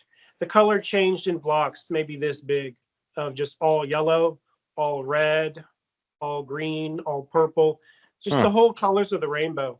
It looked a lot Oh, like wow. that Indian color festival, where they have all that super Oh, powder. Diwali, the Festival of Lights, Yeah, Diwali. it Yeah. looked like Diwali powder in this much, just across all of the corners. So I'm Oh, looking at this powder, and I follow it down the hallway, and I see a monk jumping up and down. jumping. Right. Yeah. And I Remember that. like got I got like the psychic information that he's jumping up and down for some reason involving a demon. Yeah, I I don't remember you know. saying that, like But facing. I thought that he gave me information that the reason, and it's all telepathic, the reason the powder is on the corners of all of the rooms and extending on every edge is for the old Abermelin ritual to Right. see the footprints of the spirits that enter the Oh, premises. right. So if they see a little impression, they'll know a spirit entered at that exact spot, Mm. and that's what you know. I was able to absorb. So I walk and I see the monk jumping up and down, and he's in a Tibetan yellowish robe. Okay. It's yellow orange, that really specific Tibetan robe color. And I think I see a second monk in the same, and I don't think I paid too much attention to him. And I turn left and I see the smallest bookshelf you've ever seen. It's like this big. It's a really tiny bookshelf. Mm. It has very few books on it. I Mm. think it's double tiered. I Hmm. think I think it has two shelves of maybe 10 books, maybe 20 books, maybe as few as How big are 8 the books. books? Many, do you They remember? seem normal sized, but Okay. they might be a little short. It's hard to say. Okay. Okay. So I can't remember if I pull a book off the shelf or the monk pulls a book off the shelf, but a book is pulled off the shelf and put on the floor, and then I study it. I look at it, Hmm. and it has a symbol. Um, it looks like a black leather book that has really high quality impressions, and it has foil stamping, and it has a foil stamped design. And I open it, and when I open it, the front breaks off. That Like the old. front of the book Wow. breaks Like, off in my hand, whoops. and Yeah. I put it on the ground. But the pages don't break. It just tells me how old of the book this is. Jeez. And the title says Corners of Rooms. Oh, That's the that was the title of the actual book. title?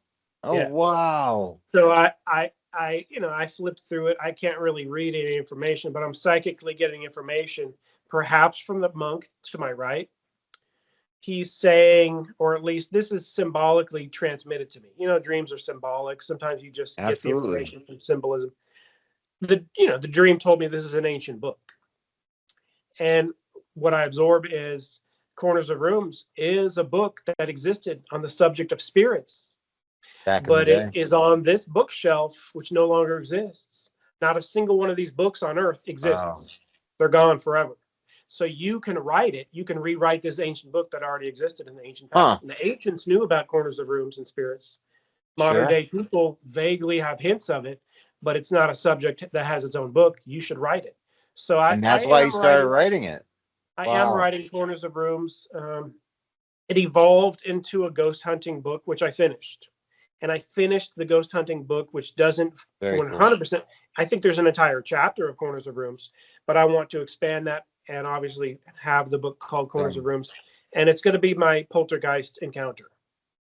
Corners of Rooms is going to focus on the 2011 time where I rented a room for 6 months in Santa Maria, California, $400 a month.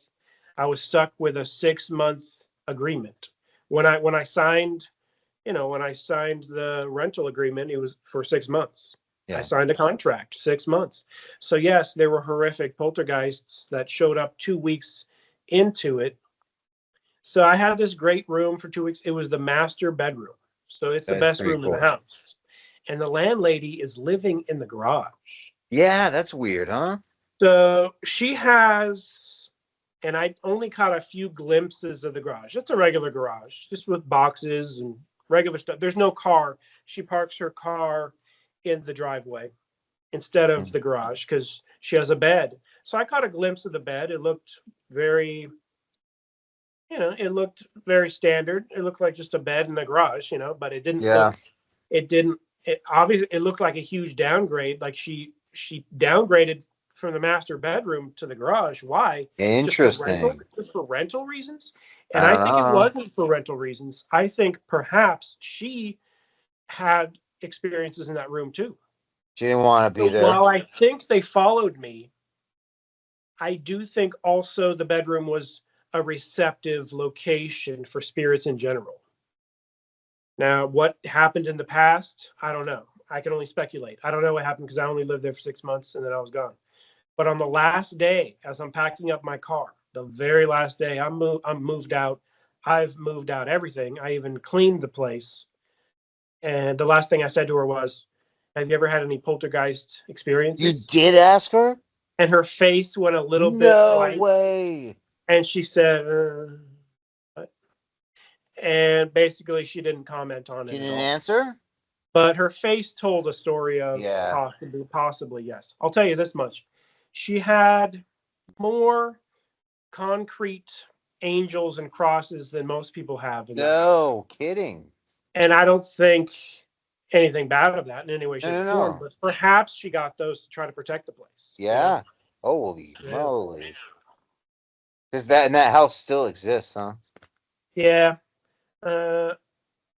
I just didn't like the landlady. Yeah.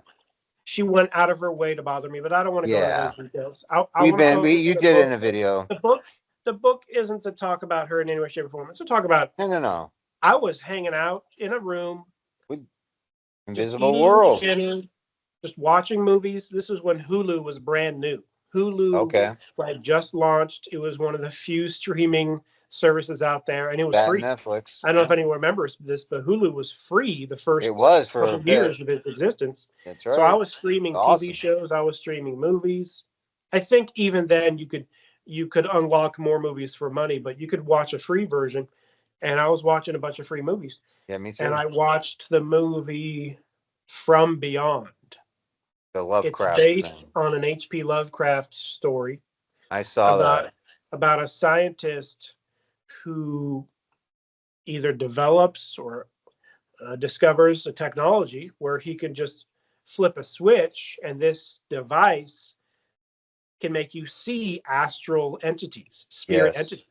So he flips the switch, and it looks like he's in his garage. He flips the switch. Maybe he's in his basement. I don't know where he's at. Laboratory. But he's in his lab. He flips the switch, and he can see a space fish floating in his room. That was freaky. He's like, "Oh my goodness." Yeah. So he thinks, because it didn't exist before he flipped the switch, he thinks you can see the character is set up to believe that it's an astral thing that he can wave his hand through and it won't interact with him in any way. Right, right. He thinks it's like a harmless thing. So I Yeah, think he tries to touch the fish, and the fish bites him, and he's like, "Oh my gosh!" And then he turns the device off, and the fish disappears. But it is a horror movie. It's pretty freaky, and it is. that's when I paused the movie, when the fish bites him and he turns it off. That's when I Ooh, paused it. I think it's about 15 minutes in. You tell me how. It might be 10 minutes I in, don't 15, remember. 20. Yeah. It might be 5 minutes in. I don't know. All I know is it's 5, 10, 15, 20 minutes in, and I'm in a haunted room with a poltergeist watching the movie with me. Now, whenever the poltergeist was interested in what I was doing, it would sit on like a surface to the right of me, and I can hear a prominent creak. We're talking like really Really obvious. loud. Yeah. And I would be like, whatever. I mean, I tried to Yep. ignore it as best I could. Yep. Me So I'm too. I watching this did that movie on once. Hulu, just like I watched multiple shows. And I paused it, and then I started to go to bed because I had to go to work the next day. I worked 9 to 5 at a place called Fusion. Oh wow. Fusion was a call center, and we did support for different things. I did Hmm. support for Zynga Games, of all things. Whoa. So I do What's have Zynga some games? gaming. I do have some gaming industry Experience. resume experience of 2 years. So I worked for Professional. Zynga Games indirectly through Fusion I as see. customer support for many of the Zynga games. We're That's talking very cool. Kind of. Farmville, Yeah. Yoville, Petville, Which are huge, by the the way. different Ville games. And I guess um, I don't know if I ever worked on that Mafia Oh, game. Mafia Wars. Mafia Wars, yeah. I don't know if I ever worked on Mafia My Wars. family was in I for kind of that. focused on Farmville for the first year, I believe. Oh, And Oh, it good. was Yeah. weird. This is a tangent, but Yeah. so Yeah. I moved out of this haunted place after 6 months, right? Yeah. And I was still working for Fusion, so I still had to live nearby. So I looked and looked and looked, and the closest place was on the same street. No So I way. lived on Drake Drive in two different places. Interesting name. You know what So that means? Dragon. dragon, yeah, Drake is a small dragon. So off of Interesting. Holly Oak, which is also another spiritual name. Wow. No, come on. Holly Oak and Drake On Drive, Demon Lane. Yeah. Demon Lane. Jesus. And so I moved to this other place, and Elm Street. for the first week, minimal stuff. Maybe I'd hear creaks, Yeah. That's and how it I starts. haven't expressed details in this one, but the lady who owned the other house, she happened to be obsessed with Farmville. And Really? like once a week, she would beg me to give her free stuff in the game. And No. I told Could her I'd you? be You fired. couldn't. Yeah. I was I gonna told her I'd be say. fired if I give you anything. I'm Right. not going to risk my job. No way. Couldn't Yeah. pay rent, and I'd be kicked You out. could risk jail. I mean, And fraud, so everything. I didn't ever give anyone anything. She begged. Man, it was a weird scenario. I should have never mentioned I worked No, for I know, Fusion right? and Zynga, but she wanted to know if I had a steady job before I got That's a in good there. point. That's a good point. Yeah. I didn't give any extreme details, but when I mentioned Farmville, I her have a ears perked very up. cool thing. I have a very cool thing, John. Well, I don't Well, know. can I just mention for those Yeah, who haven't please heard the finish. story I yet? was gonna say after you finish that. Yeah, It's yeah. super quick, super quick. No, So please go. for 6 months straight, um, Poltergeist didn't just sit next to me. They knocked over stuff, like big stuff. Like if this was on a table, it wouldn't just knock over like this. The Hmm. poltergeists were really blatantly obvious. They would have knocked it over like this. Hmm. Like you hear the Forcefully. you hear the slap. Right. You hear the forcefulness of it Right. on a regular basis. You would hear, and the reason I mentioned this movie From Beyond, and I turned it off after like 15 minutes, is because the entity was mad that I turned it off. It was so mad Right. that was the only time, and this was probably 3 months into me living there. So probably halfway through. I probably wrote it down on a piece of paper, but when this stuff happens to you on a regular basis, You you don't write don't. down anything. No. I started to learn that if I just ignore it, even on a recording level, that maybe it'll subside and go away. Yep. If I focus on it and take notes, it'll know I'm taking notes, and maybe it'll get worse. So I tried my best in many different methods to be a monk on a level of just ignoring it, Yes. because when you're encountering that face to face, it's a different story than some hypothetical theoretical scenario. It was real. It actually happened. I think But the after I said, entity jumped on yeah. top of me. So I turned off the movie, closed my laptop, turned off my light, started to get my head on the pillow, and my head wasn't on the pillow yet. My head was probably this close to the pillow. And the entity jumped on top of me on my chest, and it grabbed my throat, and it grabbed my mouth, and it grabbed my tongue. Now, that's when some of the people in the comments said, "Oh, I thought it was a positive entity until that." Well, it was a negative from beginning to end. There's That's nothing the point. positive about these That's entities. the They're point. literally the devil's minions. The people that It, are so brainwashed to think every spirit is positive, it every is. alien is Yeah. positive, every entity is positive, Yeah. that's not the case. That's like Jordan, unfortunately. Yeah. This universe is built on positive forces and negative forces, good and evil. And in Evil between, exists to an maybe extreme degree. Sure, there's in between. The in between are wishy fairies, washy. maybe. Yeah. In between are wishy washy entities that are not sure if they want to be good, not sure if they want to be pure evil. They're I think kind of that's just the in fairy between. realm, if there is But one. Yeah. yeah, I mean, I experienced that and it jumped on top of me. But I saw tons of stuff. I saw my pillows go down and up, down and up. The And that's how I thought it wires, was two entities. But when it jumped on top of me, it grabbed me with free hands. one, two, three hands, Ooh, because inside my mouth it grabbed my tongue and I couldn't that's speak. I I rem- couldn't speak for at least 30 seconds. And not being able to speak for 30 seconds, being held by hands you can't see but are actual hands gripping you, is a yeah. very frightful scenario. Very I scary. before we go launch on it, but just stay on this for a minute at least because I always thought and I rarely ever talk about it. And when I think I took the last episode or maybe before, told how I texted or sent you a message after I saw the entity when I moved into this place.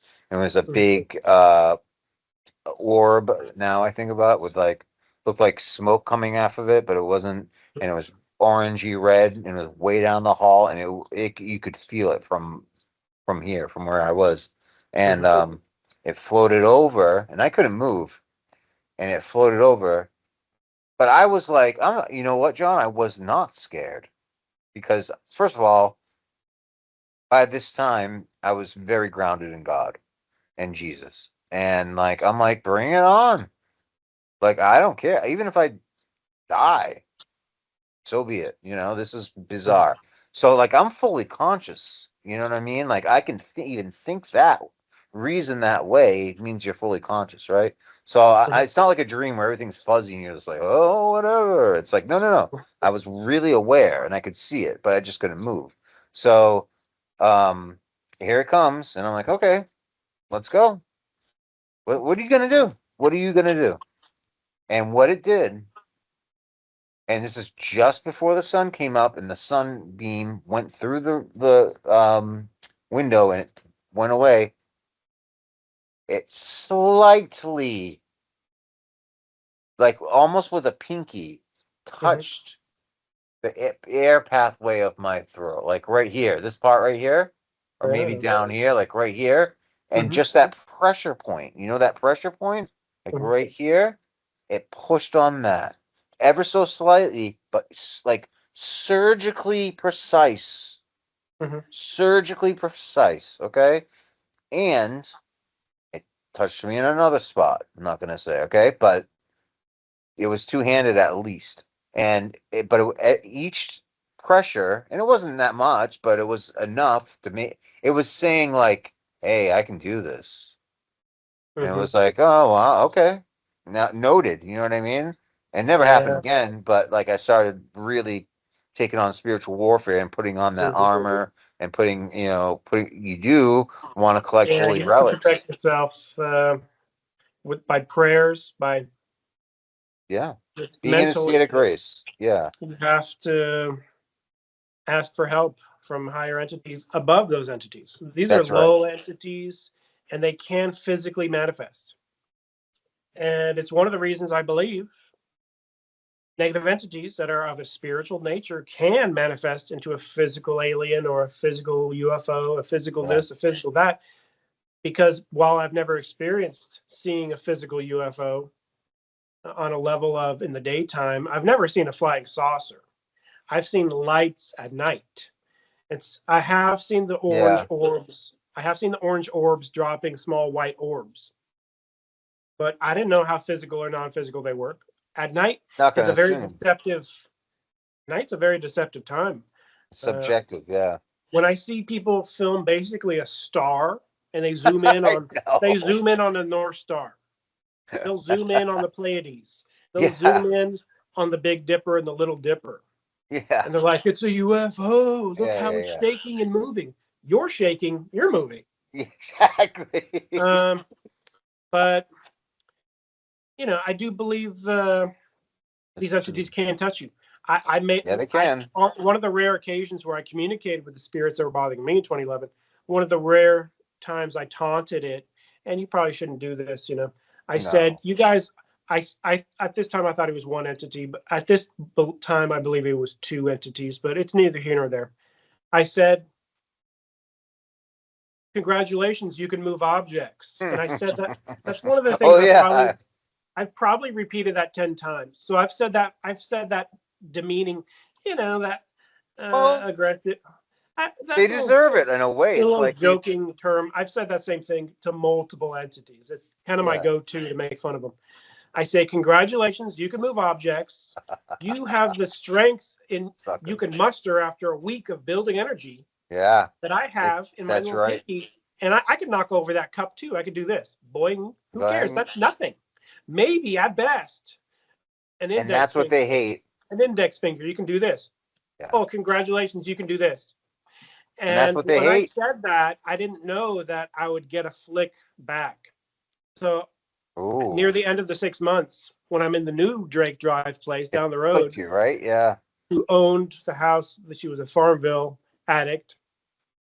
Anyway, one of the last things they to say goodbye to me was they flicked me as hard as they could right Wow. here in the Right middle of in the my head. third eye.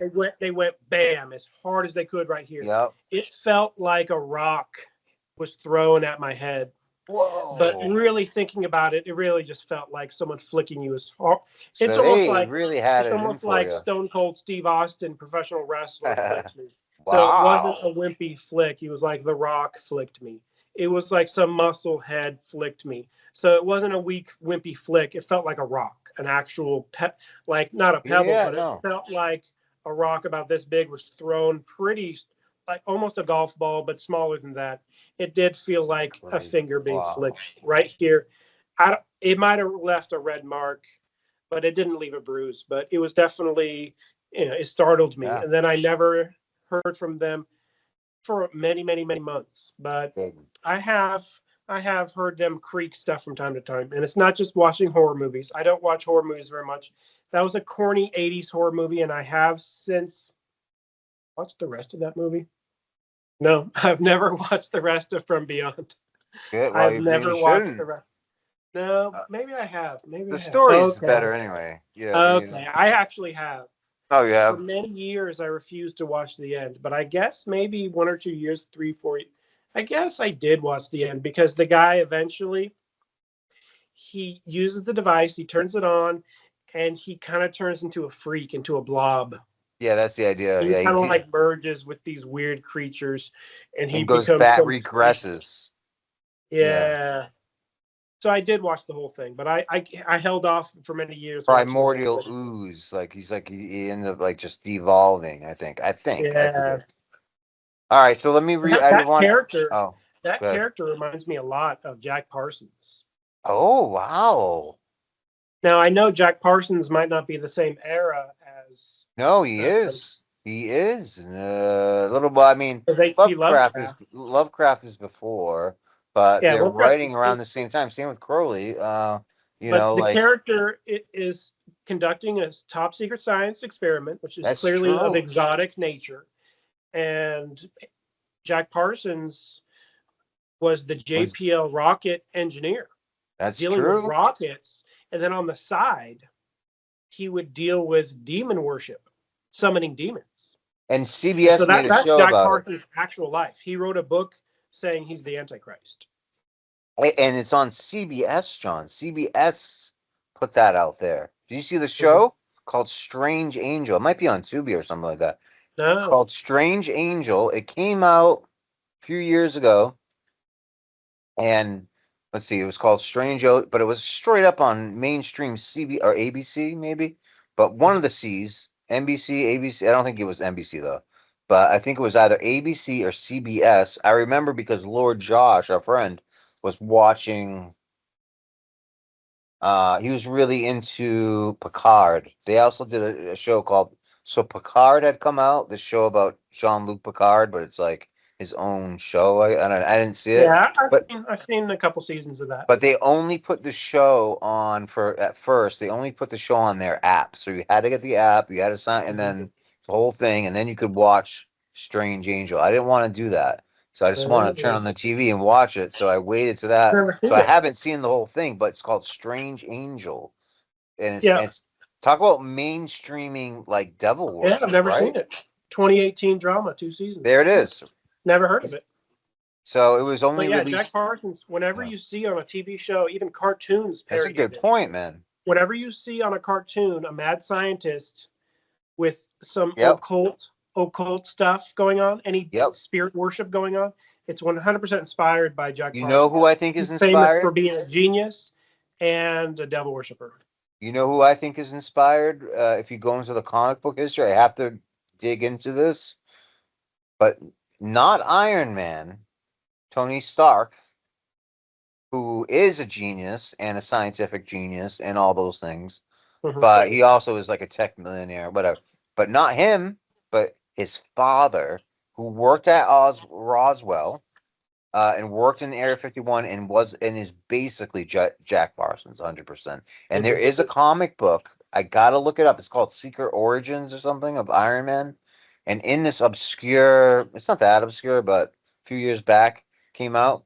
And in this, the origin of Iron Man or something like this is one scene where it's in Las Vegas and they're in Las Vegas and Tony Stark's father gets I forget his name gets called up to a hotel room meeting with the CIA, NSA, and Area 51, whatever, and sitting in the Well, I whole. probably have to cut out any mention Oh, of CIA or NSA.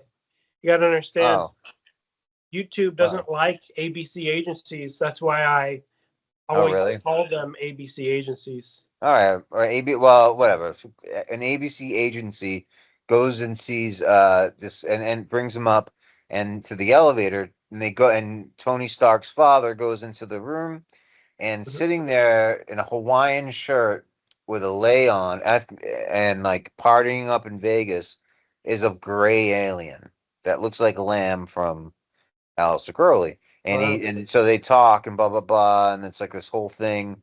But like and it turns out Tony Stark's father, so who started Stark Industries, had a contract with the ABC uh agency that starts with an N, and then another ABC Industries, and he was into jet propulsion. So it's like that's Jack Parsons, like the figure. Mhm. But Strange Angel, it's like that was so mainstream to see that. Like anyway, So I want. is it? Yeah, go ahead. It is officially Jack Parsons. Okay. Is it? Yeah. Okay. I Yeah. thought so. Usually it's a fake name, Okay. No, it's straight up Jack but in Parsons. I this think case, it Marjorie does say it Cameron, is Jack Parsons. and then And then, Marjorie of course, Cameron. they also mentioned the sex magic rituals. Do they He's really? also famous for that. So whenever you see a TV show, and that's also why I connect From Beyond, because the character in From Beyond has a little secret sex dungeon on the side. Is it? Does They, he?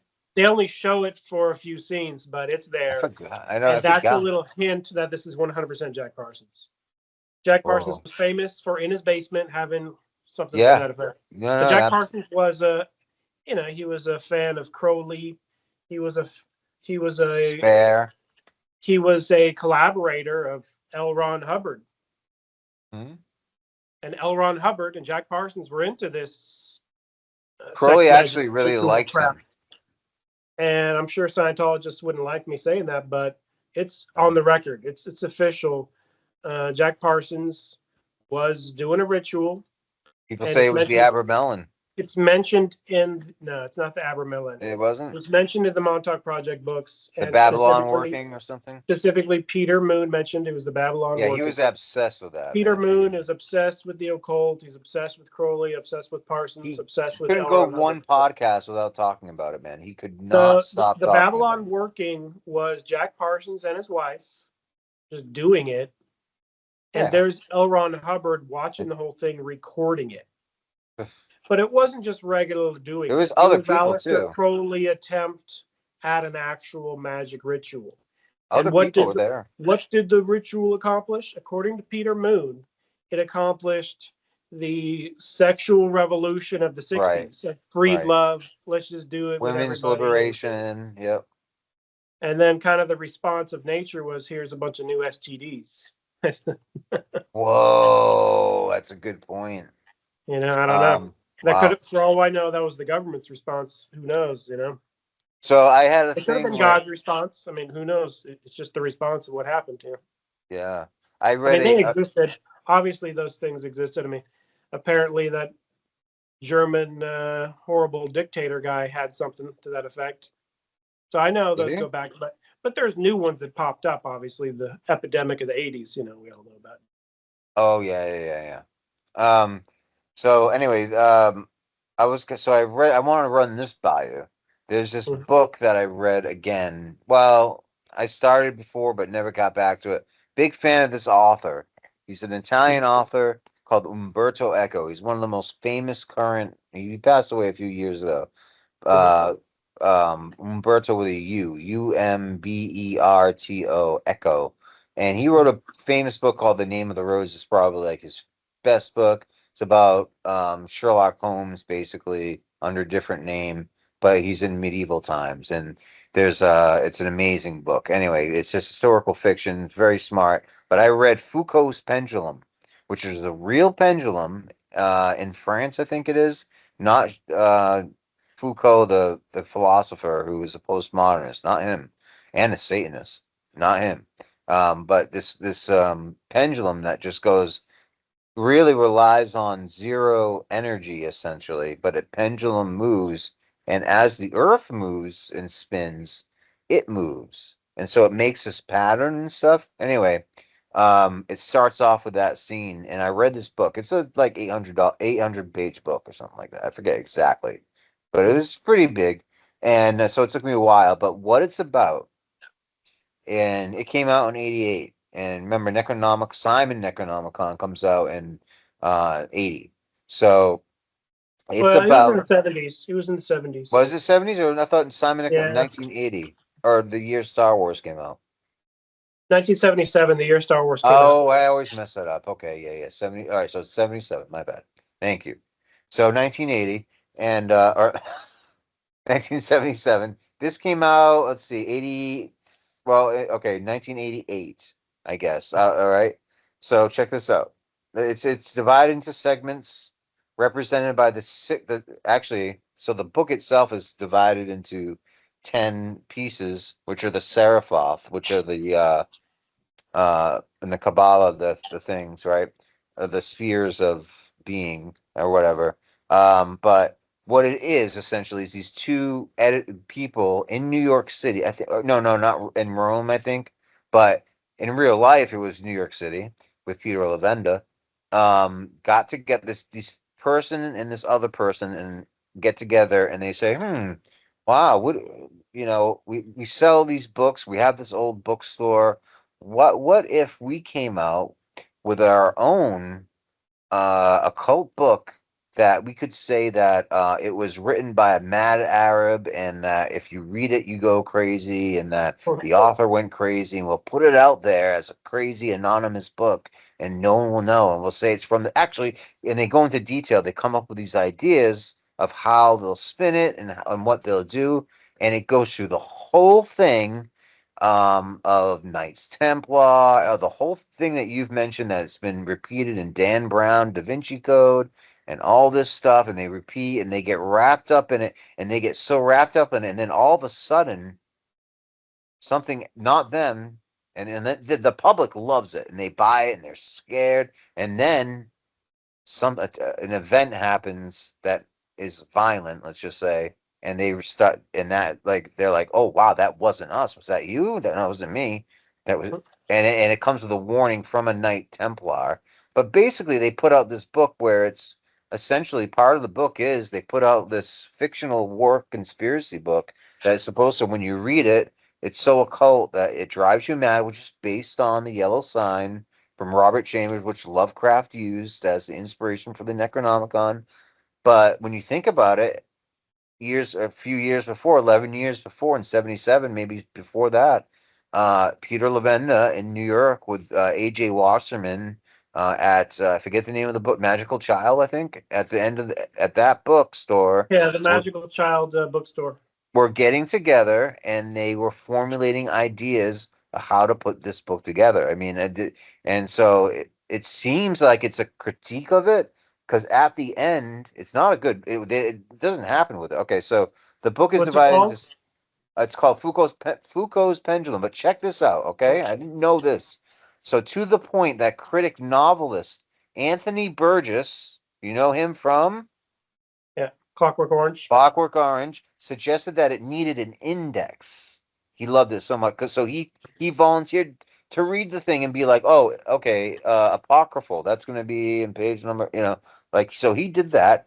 Designed by French physicist Léon Foucault to demonstrate the Earth's rotation. Yeah, that's what a pendulum is. But it has a symbolic significance in the novel because of Michel Foucault, who's the philosopher I mentioned. The book opens with a name. Oh, and you can see there's actually at the Musée de Paris and whatever. All right. What did I want to say? The book opens with a man named Casaubon hiding in the Musée des Arts. He's hiding in the museum. And so it's very Dan Brown. Like Dan Brown completely like lifted it, right? So he's hiding in the museum after closing. He believes that a So this secret is by Dan Brown. society. Huh? This is by Dan Brown. No, this is by Umberto Eco, who's a philosopher in Italy. And But he took it from the Simon Necronomicon. I think the part where these two Premise. editors in New York City who are occultists and want to put out a fake book that when you read it you go mad that it's a Yeah. forbidden book that was written long ago that is super occult. That part is inspired by the Simon Necronomicon, Yeah. possibly not confirmed yet. But check this out: it is implied that an unreliable narrator, so the perspective you're reading from is unreliable. So that's often the case, and it's a good trick of writing where like, because you get wrapped up in the narrative of the person speaking, and then you realize, oh my God, this person's nuts. Unreliable narrator whose mind has been wrapped by conspiracy theories. Okay, so check this out. Foucault's pendulum in 1988 has been called, quote, the thinking man's Da Vinci Code. The parchment that sparks the parchment that sparks the plan roles plays a similar to the parchments in Rene Le Chateau's story in Brown's novel Holy Blood, Holy Grail.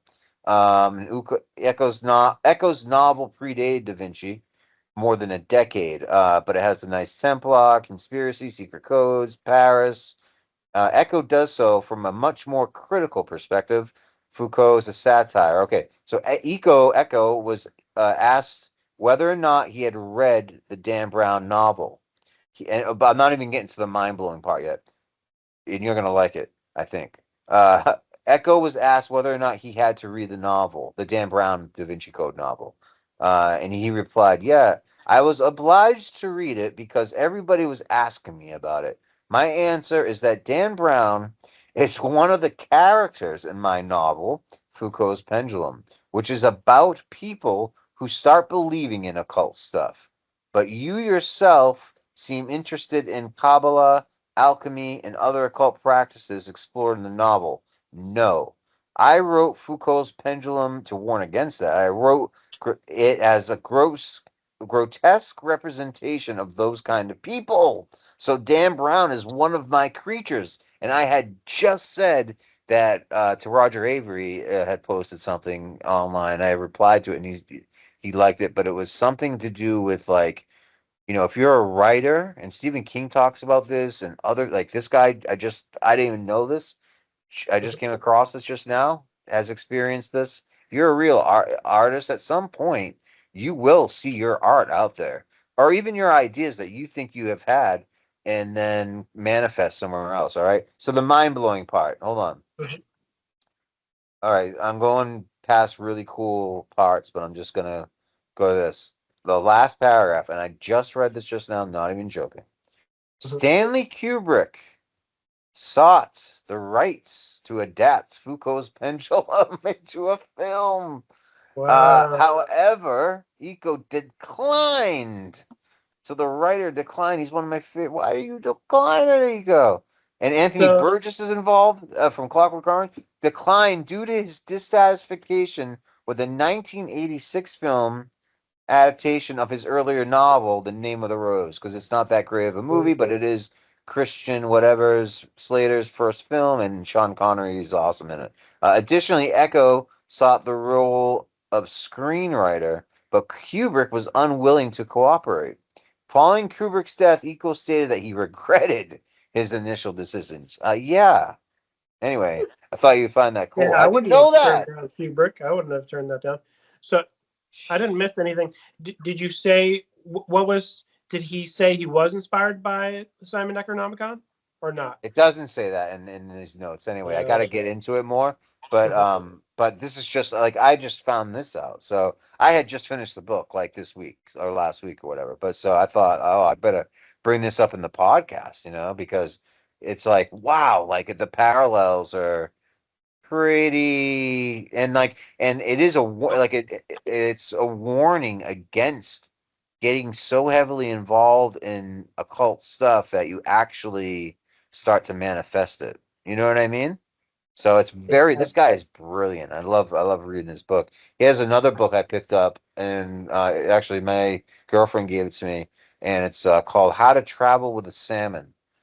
And it's a cool book because it's like it will say like, okay, like how to write, because you ever read, you open the newspaper, you'll see, oh, there's a book review, here's a movie review, here's an interview, here's a or he writes, he shows you exactly the paragraph format, how many sentences, what to do, and writes for each thing, how to write an academic paper for a magazine, a scientific journal, an and it just goes, and it's fun, and it's just so enjoyable. And Foucault's pendulum is just so cool. And I saw a video before he passed away a couple of years ago, but there's a really cool video on Instagram. If I can find it, I'll send it to you. But it's of him walking through his personal library in Italy, and it is like miles long. He Wow. has room after room after hallway after Mhm. hallway. And they're just following him around for like 5 minutes. And it's just one like books after like he actually lives in like the labyrinth because in the book there's a part in the other book, Name of the Rose, there's a very famous part where they get trapped, or Sean Connery's character, to reach the secret book. Also, that's also been this is also a secret book, but it's hidden in a monastery, and it's supposed to be about the humor of Jesus Christ, Hmm. and written by St. Thomas Aquinas, right? So there's a secret, and Sean Connery is Sherlock Holmes as a medieval priest, and so what happens is though there's this library, and it's in a real place, and it's a real library, but this part doesn't. There's a secret compartment where it's a labyrinth, and people have mapped it out now, and they've mapped out the of the book what it would look like and stuff, and it's amazing. It looks like the maesters from Game of Thrones,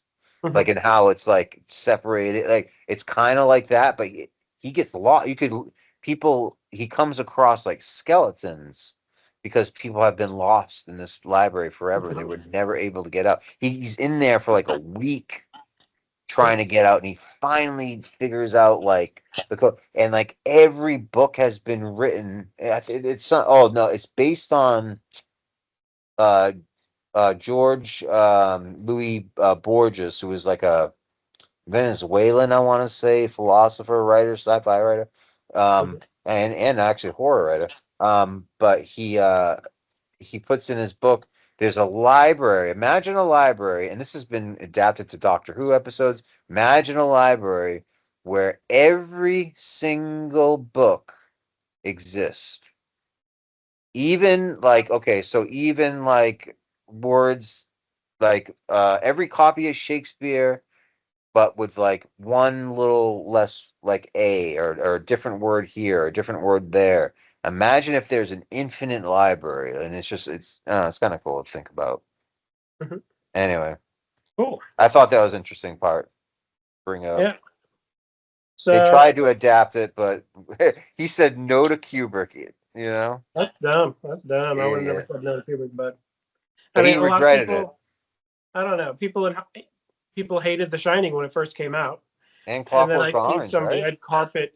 I see some random red carpet Instagram reel, and they interview four actors in some world premiere, some random movie or whatever. I don't know. And they ask the four different actors, "What's your favorite top five favorite movies?" Or maybe they ask for the top four, whatever. And all four actors mention The Shining four times. No kidding. I think Still, one overheard the other, and then they just copied. Who it's a knows? safe bet one. Yeah, But I have an original Shining poster behind me. I That's an original 1980 poster, an original, the real deal. that's And I'm a amazing. fan of The Shining. I do have Shelley Duvall's autograph, but Do you? I don't have Jack Nicholson's. His is a hard autograph to get. It's Yeah, I want to get some books on Kubrick. And just, I mean, for me, he is the best, like, wow, one, if not the best director of all time. I think he, in The Shining especially. I had this girl, or woman, Little Lemmy, she goes by, and she has her own podcast on YouTube and Rumble and all that. She's from the South. Beautiful girl, very nice, super cool. She had never seen The Shining, and I was like, "What?" She's like, "Oh, I'm gonna watch Welcome to Derry on HBO because it's basically a Scatman Carruthers. What was his name in the Halloran? His Dick Halloran. It's an origin story. It's a Dick Halloran origin story. You know what I mean? So cool. it's like when he was in the army, being used as a remote viewer, essentially. Like it's really so. Welcome to Derry like merges all that and so it's kind of loosely adjacent to The Shining, you could say, because it does have Dick Halloran in it, and it's it's got those themes in it and stuff. So and then racism and all that, right? But she had never seen The Shining, so I was like, little Lemmy, you got to see The Shining. You know what I mean? Yeah, Like, as a kid, everyone said, "Oh, it's so scary," and it's not particularly scary. But I no, guess it it's depends. It depends the setting. If you're yes. watching it at night in a pitch black room, sure, it could be Oh, pretty scary. It could be it's pretty scary. unsettling, I think is the word. I think it's I mean, unsettling. the movie isn't a horror That's, movie, no, it's despite the not. poster. It's a lot of horror fans hate it. It's definitely not a Right. horror. It's a No, it's suspense. not. It's like Psychological. it's the king of all suspense movies ever made. You know, Absolutely. Yeah. and the I just love it because of how haunted the whole movie feels. The whole movie feels haunted, Does. and every scene just feels like you're being watched by a ghost or Yeah, whatever. it does feel like that, But doesn't I it? did see a spirit orb in The Shining, That's right. and I'm going to reveal it and release it in the future. But I already Really? know it's such a popular movie that the second I show it, people will rip it off and they'll claim they saw it first. Yeah. People will rip it off. Someone will write a book on it. Yeah. I don't know. It doesn't matter how small you are. Is if you put something out on the internet, someone's going to rip it off and they're going to steal your comment, steal your opinion, steal everything you've ever done. It's just how the internet works, It's how the infinite intelligence works too, I think. Like, But I was talking about ghosts one time. I was tweeting. I've mentioned this multiple times. I kind of broken record. I repeat the same stuff, but Me too. It's I was okay. talking about ghosts. I was talking about poltergeists, talking about my experiences, actual experiences. I didn't invent them. These are No. real incidents that really happened to me. And then I got a like, and then I clicked on the guy who liked it, and he was like a New York Times best-selling author. Wow, really? And then he unliked it because he didn't want me to know. Oh, whoops, I'm stealing this idea from my book. Oh.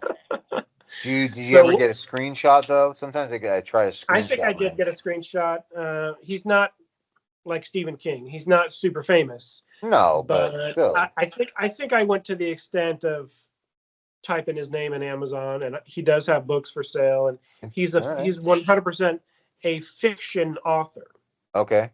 What was the who tweet you put? It was what? can't remember. This was Oh, like okay. this point. This was probably 5 years ago.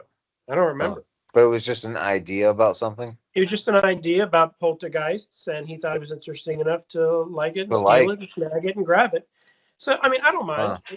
No matter how small you are on the internet, you make an impact. People will see it, It's and if they're a true. Hollywood scriptwriter or a New York Times attempted best-selling author, even if they're small, they're gonna rip off your idea. They're not It's gonna give you so, credit.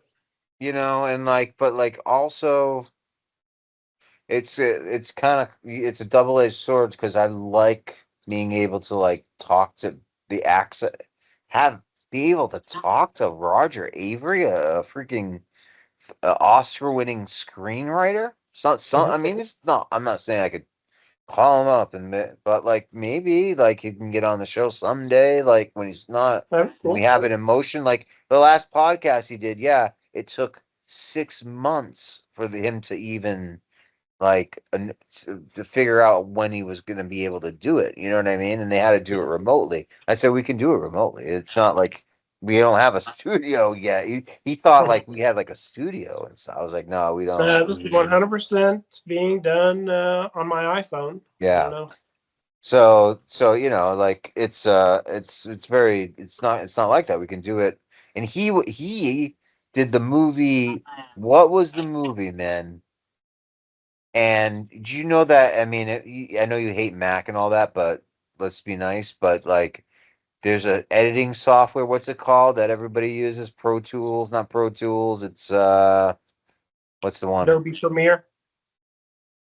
Not Adobe. Maybe it's Adobe Premiere. But he was the one that Apple used. He shot the first movie that used that editing. Final Cut. He was the first. Okay. He was the first director to use Final Cut. Mhm. That's kind of cool. So, so you have access to like people that you have probably would never have access to before. You know what I mean? Like, and like he's best friends and he calls him a brother. He's like, we're more than friends. We're brothers. Tarantino. And when you're that close to somebody and you write, he's like to the point where he doesn't even want to work professionally that much with them anymore. He's like, and they did do the podcast, which was just fun. But he's like, that's why he's like, I can tell you the screenplay to Pulp Fiction 2 exists, and the Wow. various spin-offs. And I guess Roger probably has like who knows how many like spin-off adaptations of Pulp Fiction that he has, or this and that. But he's like liking my tweets and watching this podcast sometimes. He's definitely watched some of the podcast, I know, and earlier episodes and stuff. But No, it's like, cool to make an impact. You never know who's yeah. listening. You never know who's So listening. It could be so you the never biggest know. star in the world. It could be some. I mean, I don't know. I mean, it all goes back to the instanced housing, non-instanced housing, That's a good point. and it's just an analogy. But you put a Okay. post out there, someone sees it, someone comments on it.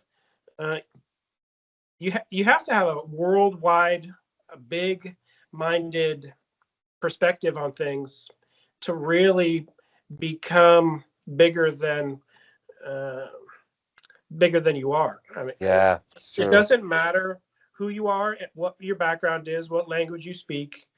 You can have a huge worldwide impact. Mindset. That's what I learned a long time ago. And I Napoleon don't try Hill to say push. I that or don't try to two push or for it. I don't try to push for it. I'm not trying to be some Oh. celebrity. I'm not trying to be some famous person. I'm just an artist. I want to make this movie. And people have questioned, oh, who gave you permission to make a movie? No one Who gave me said permission to that? make Who it. said that? One of my coworkers. Oh God. First of Who all, gave you you don't. permission? That's the most, and they don't work. They don't. They're not my coworker anymore. They moved That on says to a other. lot about that. Something like that. But Coworkers suck but to that's me. not the first time I've heard that. I've heard that sentiment many times, and you'll hear it Yeah, your whole life. Oh, yeah. who gave you permission to be a superstar, mega rock star, movie star, Hey, this is America. producer, director, musician? Who gave you permission for that? You don't Right. need permission in life to do No, anything. If you it's sit in a true. chair and wait for the president of Hollywood to give you permission, you're going to be a skeleton. You're going to be a skeleton, and you're going to be dead waiting because you're never going to get that phone call. Yeah, President That's of why I'm Hollywood. that's why I'm such a fan of Tommy Wiseau, because he was like, you know what? I don't care about $7 million. I care about this, and I'm going to put my money into this. Conan, Not same way. Yep. I don't I saw care about throwing that $7 million in the trash. I'm going to grind and work hard at this. This is my passion. Now, Conan other O'Brien people, gave millions. Fox offered him 25 million back when he took over and he said no, and he took NBC the Tonight Show because it was the venerable Tonight Show that Johnny Carson had hosted and blah blah. Mhm.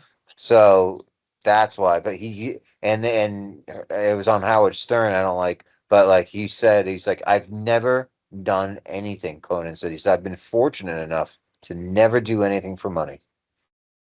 So Yeah, anyway, that's lucky. and that's lucky. But he's a very privileged, very well educated Harvard graduate. I mean, he's not a Yeah, regular case of a regular but he's guy. never flaunted the Harvard education ever. Like you don't see him coming out like pretentious. I He's mean, he'll do always it as a joke. He won't really do it people as will a do it joke. as a joke to him. One time I Yeah, remember Jennifer Garner, no, I'm a she was, fan. I went to a taping of Conan's show. Jennifer Garner lives in Santa Barbara. Ben Affleck's show. Ben Affleck's wife, who's an actress, famous actress, Jennifer Garner. She Mhm. played Elektra in Daredevil and all this, right? Anyway, she lives in Santa Barbara. She has some kids and stuff, and anyway, she's very nice. And she went to like the Santa Barbara has a zoo, and anyways, I'm not gonna. I messed up because the person I know, let's say, knows them. I guess so. She's it's apparently really nice. I don't know why I brought that up. Anyway, so Well, I wanted to mention Roswell just real quick. all right. The trendiest thing right now is to say Roswell was time travelers, and Is it? that's BS. Aliens are not time travelers. Roswell wasn't time travelers. If you No. want to be the laziest thinker on the planet, you'll say aliens are time travelers. Yeah. The reason I know aliens are not time travelers Oh yeah. Someone did is say that. because time travel doesn't exist on the level of the Marvel universe, on the level of cartoons and movies you see in Hollywood, Back to the Future, Terminator. Time travel doesn't exist on that level in this reality. It doesn't exist, period, like that. Um, Spirit entities can see a bigger scale of the past, present, and future, but only minimally. Mm. God can, if anyone can time travel, it would be God. Right. But I'm not even sure God can time travel. No. I can tell you this: I read a document, and I don't believe everything I read. I'm a very skeptical person, but it was a very sound document in the fact that it was very well thought out. It didn't persuade me at all, but it inspired me to an extent. And the document did say that even God cannot time travel. Right. Now, that's a Well, very bold statement. That's very bold. Humans can't know that. We you can't know can't that. know that. No, that's right. Right. Maybe he can. God is limitless. He can do whatever he wants. Right. We But don't know. maybe, just maybe in this universe, it's an impossible thing. Let's say Maybe. Jesus died on the cross. even God can't go back in time and say, "Oh, let's make him not die on the cross." Right. For example, that would kind of destroy the fabric of the whole universe Yeah. because certain things happen and they're planned by For a God to happen. reason. Yeah, Let's right. say an evil person gets a time machine, goes back and change. The world isn't Not the a same. Marvel movie. No, you're right. The multiverse And isn't it's not real Back to as the far as Future I'm either. concerned. You It's not know? Back to the Future. There's no unlimited timelines. There's no But there's no is parallel it? timelines. I think Is there's only it? one timeline, personally. Yeah, do you think though is it all right, the not Alien going back in time. Is it what about Christopher Nolan's time travel movie? Have you seen that? What's it called? Yeah. Oh God, what was I'm trying to think of? And it's his last movie essentially. And no one liked it, but I liked it because it was like again symbolic and all that. And you're talking about Christopher Nolan, Are who's you like a talking about genius. Interstellar? Nope. After that. I mean, I do believe if you get close to a black hole, sure, time's going to be a little bit strange, Not that. It's but you're not going to be able to go to the past and visit the past. You can't jump no. into a spaceship and visit cavemen a million That's years what I ago. liked about this. It Just was can't do different. that. It's not doable. It's not a scenario that's doable. So Yeah. this document I read, it basically said once a nail is put into a cross, for example, just as an analogy, Yeah. even God can't go in the past and stop that nail from going in the cross. Even God himself We can't don't know go that. back. Yeah. So if that's the case, and this is just a theory, it's a very bold theory. If that's the case, anyone claiming to be a time traveler is claiming to be God or even have powers above God. So it's kind of a blasphemous thing It to is. claim It that you're a is. time Yeah. traveler. What a claim that you know. It is that's a good point actually, huh? To claim that you're a time traveler. Yeah. Very Or blasphemous. it is. It My is. That movie is not going to have any time travel. My yeah. character is not a time But it's traveler. gonna be gritty, He right? doesn't time travel to 2127. He just is a Right. resident existing and living and breathing, eating and drinking, It's set. walking, walking and having experiences in 2127. Yeah. It's And set in a them. couple people did suggest to me, why don't you throw some time travel in there? And my answer is no, No?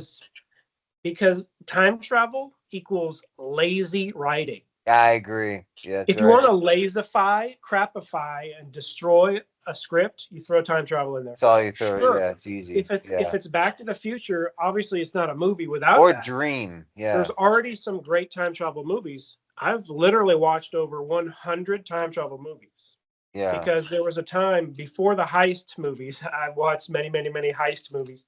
But before the heist movies, I tried to watch every time travel movie ever made. I've even watched Gotta Korean see that. time travel movies. You I've gotta see. watched international time travel movies. I've watched Italian time travel movies. I've Yeah. watched many, many, many, many, many time travel movies. I made a Wow. list. I had a list of But 100. you I wrote haven't it. seen this one yet? All right, so this one I finally found it. It's Christopher Nolan's Tenet. Tenet. Oh, Tenet. yes, I I have think seen I Tenet. told Yeah. you about it because it's based on the Magic Square.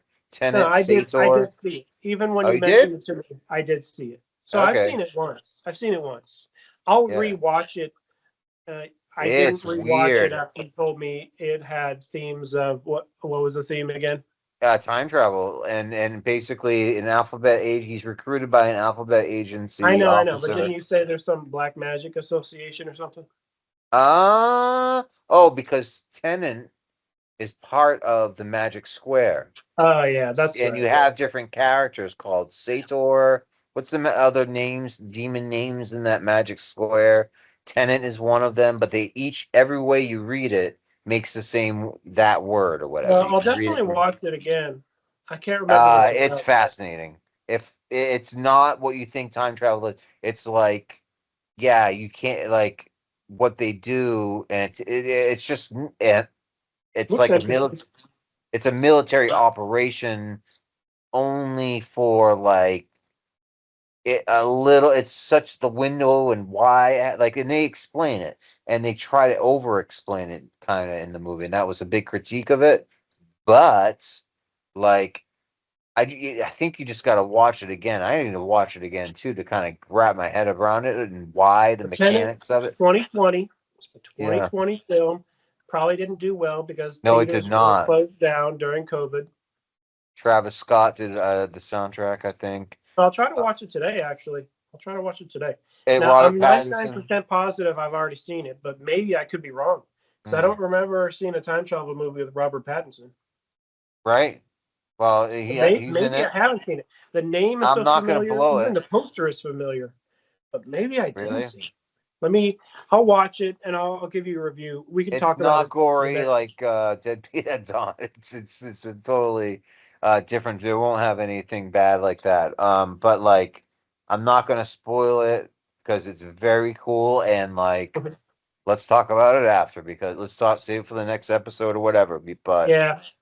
you'll like it, and it is not. And then like you'll want like it's one of those. It is one of those movies where you finish it and you're like, I gotta watch it again.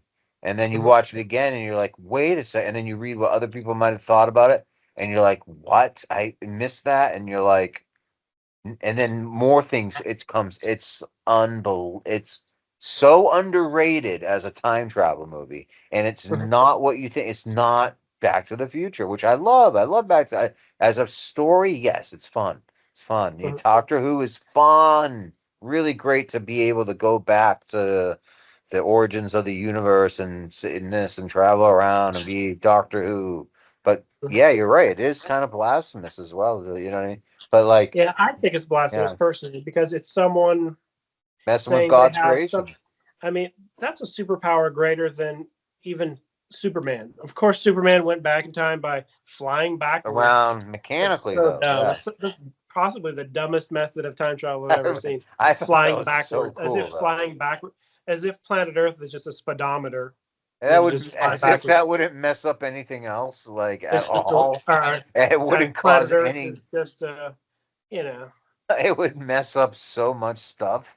Oh yeah, and when he comes back, like the Earth is like in earthquakes, and Lois is down there. Yeah, that was very critical. But I kind of thought that might But have been cool. Oh, I was saying, I think God can see the past, present, and future on the grandest scale that exists of any being, because He of created the universe. course, He can see. He has it all mapped out and planned out. that's right. And Yeah, way below Him, we have demons that can maybe see a little bit. way We below. have angels that can see a little bit more.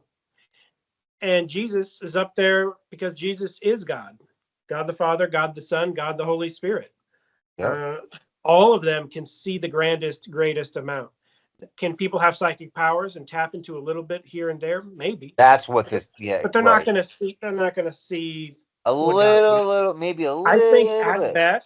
at best, a human can see what a demon sees, and that's That's basically what Roger Morneau said. He had the clairvoyance, the same gift yeah. Blavatsky claimed to have gotten from monks or whatever the And, case and I in think it's Tibet. possible to get demons to see what they say have seen in the Yeah, past. that's a demon given a The past is favor. the past. The future is That's a like demon given a favor to a human, and when a demon gives you you're a right. favor, you want something in return. You know. Someone explained time to me. I remember it was like a Taoist. I think maybe Alan Watts or somebody, and it was like imagine a comet going or a boat going by, and the waves, right, of that boat, like a boat's Mhm. going by in the boat, and you're the boat, and you're judging everything by the waves or something like that. Like it's like you're trying to figure out like, oh, the past is the waves, but really you should be facing the future. I don't know. Different ways to think about time, which really Yeah, does. I heard a really good quote about time, that music Oh is yeah, the art form that only exists in time. Music is kind of painting using time as the medium. that's is something I heard something So like it's that a too, very and I beautiful quote. forgot what it was. I Actually love that. changed the quote. I made it better, I think. Wait, what was the quote again? What is it? It's even cruddier than that. I just made it better. No, yeah, no, but it's something like It's something to that effect. music is something. Music. Oh, I don't know. And a movie is kind of the same thing, but on a visual Yeah. and audio level.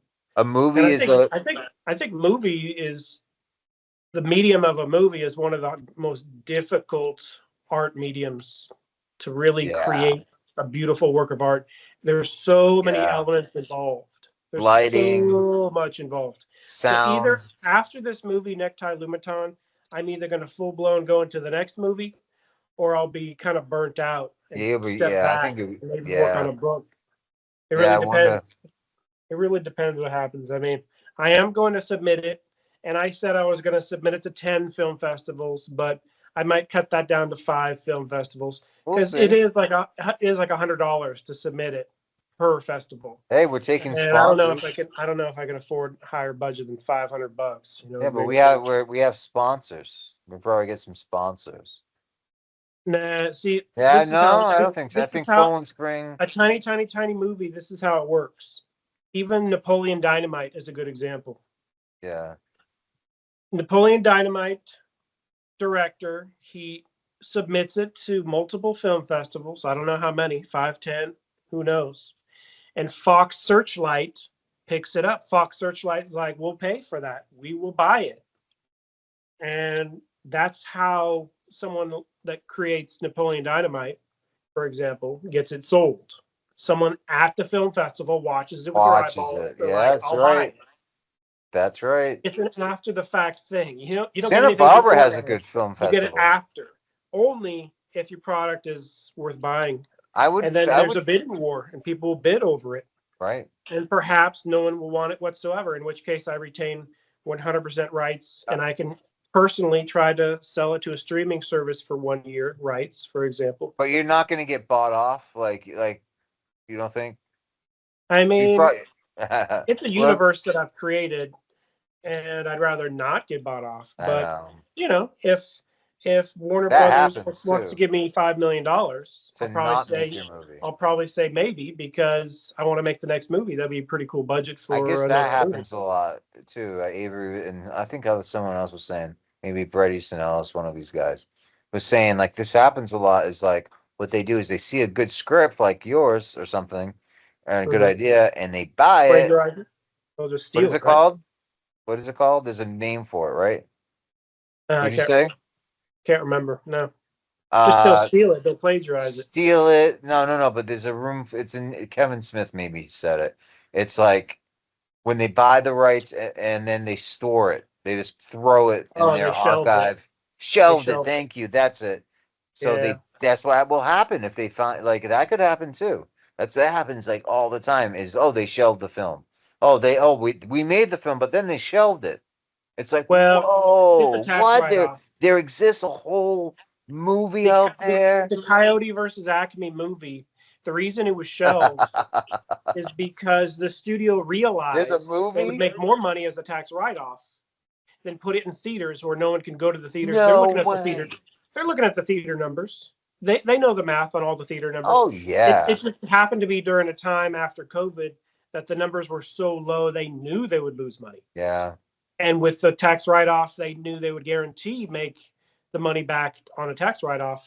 And these are multi-mega million-dollar companies, and they think when it comes to financial lawyers and this and That's that. right. You know. That's true. But I someone know the bought the big rights to companies. Coyote versus Acme, and it is getting released. And I look forward to it. It looks like a funny film. Looks I pretty cool. It's a didn't know cool there was a concept. film. It looks I, like a Roger Rabbit type scenario where oh, interactions between, real live action real actors. It looks Roger pretty cool. Rabbit was really cool. Did you ever see that like theory with how it connects Back to the Future to Roger Rabbit through Christopher No. Lloyd? So Mm-mm. that tunnel that they go under and stuff like famous that you go have been under, I think too, maybe is where Back to the Future has gone. I don't know. He I think I've travels. been through that tunnel. I think I've been through it. You know what I'm talking about? Yeah. I So mean, like I don't know where the tunnel is because, yes, I am a Back to the Future nerd and I used to know, but a tunnel close to Pasadena looks very similar to it. I don't I know if it's think that tunnel. it might be the same one. It might be a Might be Disney the one. one. But there is a whole Roger Rabbit Back to the Future um thing. But anyway, it revolves around Christopher Lloyd or whatever to I the know he's the future. bad character in Roger Rabbit. Yeah, Yeah, but I don't think a movie like Rabbit has been made since Roger Rabbit, has it? that's a great Where movie. like, I loved isn't Roger it Rabbit. great? Yeah. I mean, I enjoy the Roger Rabbit ride at Disneyland. It's a Okay, so they shared great. filming location and sets. Okay. Oh, that Mhm, famous tunnel is the mhm. Second Street Tunnel, often associated with Griffith Park in LA. Roger Rabbit, it was designed, it's was a disguised with a Okay. false front and used as an entrance to Toontown. In part two, Back to the Future, it served as a setting for the tunnel chase. They shared actors, actor Charles Fleischer, who provided the legendary voice and on-set performance of Roger Rabbit, and Benny the Cab crossed over into the Back to the Future universe. Well, not to mention Christopher Lloyd. Hello. He played Terry. Yada yada. Other Easter eggs. Part two, a plush Roger Rabbit doll is visibly sitting in the window of an antique shop in 2015 Hill Valley. Well, that was Steven Spielberg being on set and being That A-head, is along with the cool. fact that he was the number one producer who put money towards Oh, Back to the really? Future. Steven Okay. Spielberg is the top executive producer of Back to the Future. So he's So, so invested in Back to the Future that he signed my Back to the Future poster oh wow. and handed it out for free. Now, he didn't personally hand it to Spielberg me. did? It's Steven interesting. Spielberg signed an X number of Back to the Future posters for the That's 25th awesome. anniversary. You have his autograph? He handed it to someone. Someone handed it to the theater, and they Yeah. handed it out for free. And He- I didn't know until I got home and looked at it. Steven Spielberg personally autographed it, so he and that put that. was So, oh, that was the Burbank Theater. So I'm guessing Steven might have a house in Burbank, and he just really appreciates that particular theater. It's probably his personal theater he goes to. could be. Wow, that's a good point. But also it shows that he's paying attention to small little details. So he's Yeah, putting he put tons of stuff in that window. There was multiple. really. There was Jaws. You saw a Jaws video game. Oh, really? You saw a Roger Rabbit doll. Anything. That's why Jaws 3D is in the movie, because Spielberg gave permission because he's the executive producer. He That's put a right. lot of Easter eggs throughout Back to the But Future. let me They're just all over the and place. Ready Player One, if you've seen that, has like a gazillion. But like Yeah. the Easter eggs. So when I told you about there's a shout out to his theosophy and somebody who's been covering it in dark journals, whatever, like or whatever I said, I forget exactly what, but there's a kind of like a shout out to different people, Yuri Geller, and Easter Mhm. eggs here and there to people. I called it a wink and a nod. You can call it an Easter egg. Something like that isn't beyond because like Stephen King is doing it. All right, part three, Back to the Future. During an outtake blooper for the third film, Seamus McFly humorously walks into McFly cabin carrying a life-size Roger Rabbit stand-in instead of a rabbit for dinner. Shared lines, the connection goes so deep that fans have noticed similar dialogue used in both universes. Most notably, characters in Roger Rabbit and Back to the Future exclaim the exact same line. I'm gonna ram him, adding an unintentional parallel between the two projects. And it goes on. You want to end it? Thanks for tuning in. This is episode 23. Wow. 23. Hate it. Episode 23. Isn't that a secret number? Well, according to Robert Anton Wilson, anytime 2-3 pops up, it means I mean, synchronicity. the GOAT, Magic Jordan. Means Jordan, Magic, my magic. That's what Magic. it Did I means say to me. Magic Jordan? I meant Michael Jordan. It's actually in my signature. I sign, and I shouldn't probably reveal this, but my Mhm. B, there's other hints too in my signature, but is a 2 and a B. 2-3, be it Yeah. Brandon. So you see it there. So it is, I don't know why exactly. Maybe it's 1 plus 22. I don't know. But yeah, thanks for The joining the us. goat the goat Magic Johnson is 32, and the Yeah. goat Michael Jordan is 23. It's reversed. And then Larry Bird is 33. Hmm. So is that a conspiracy? All right, we come back next week to join us to find out. Stay tuned. I'll be Thanks for watching. seeing See you. you soon, you.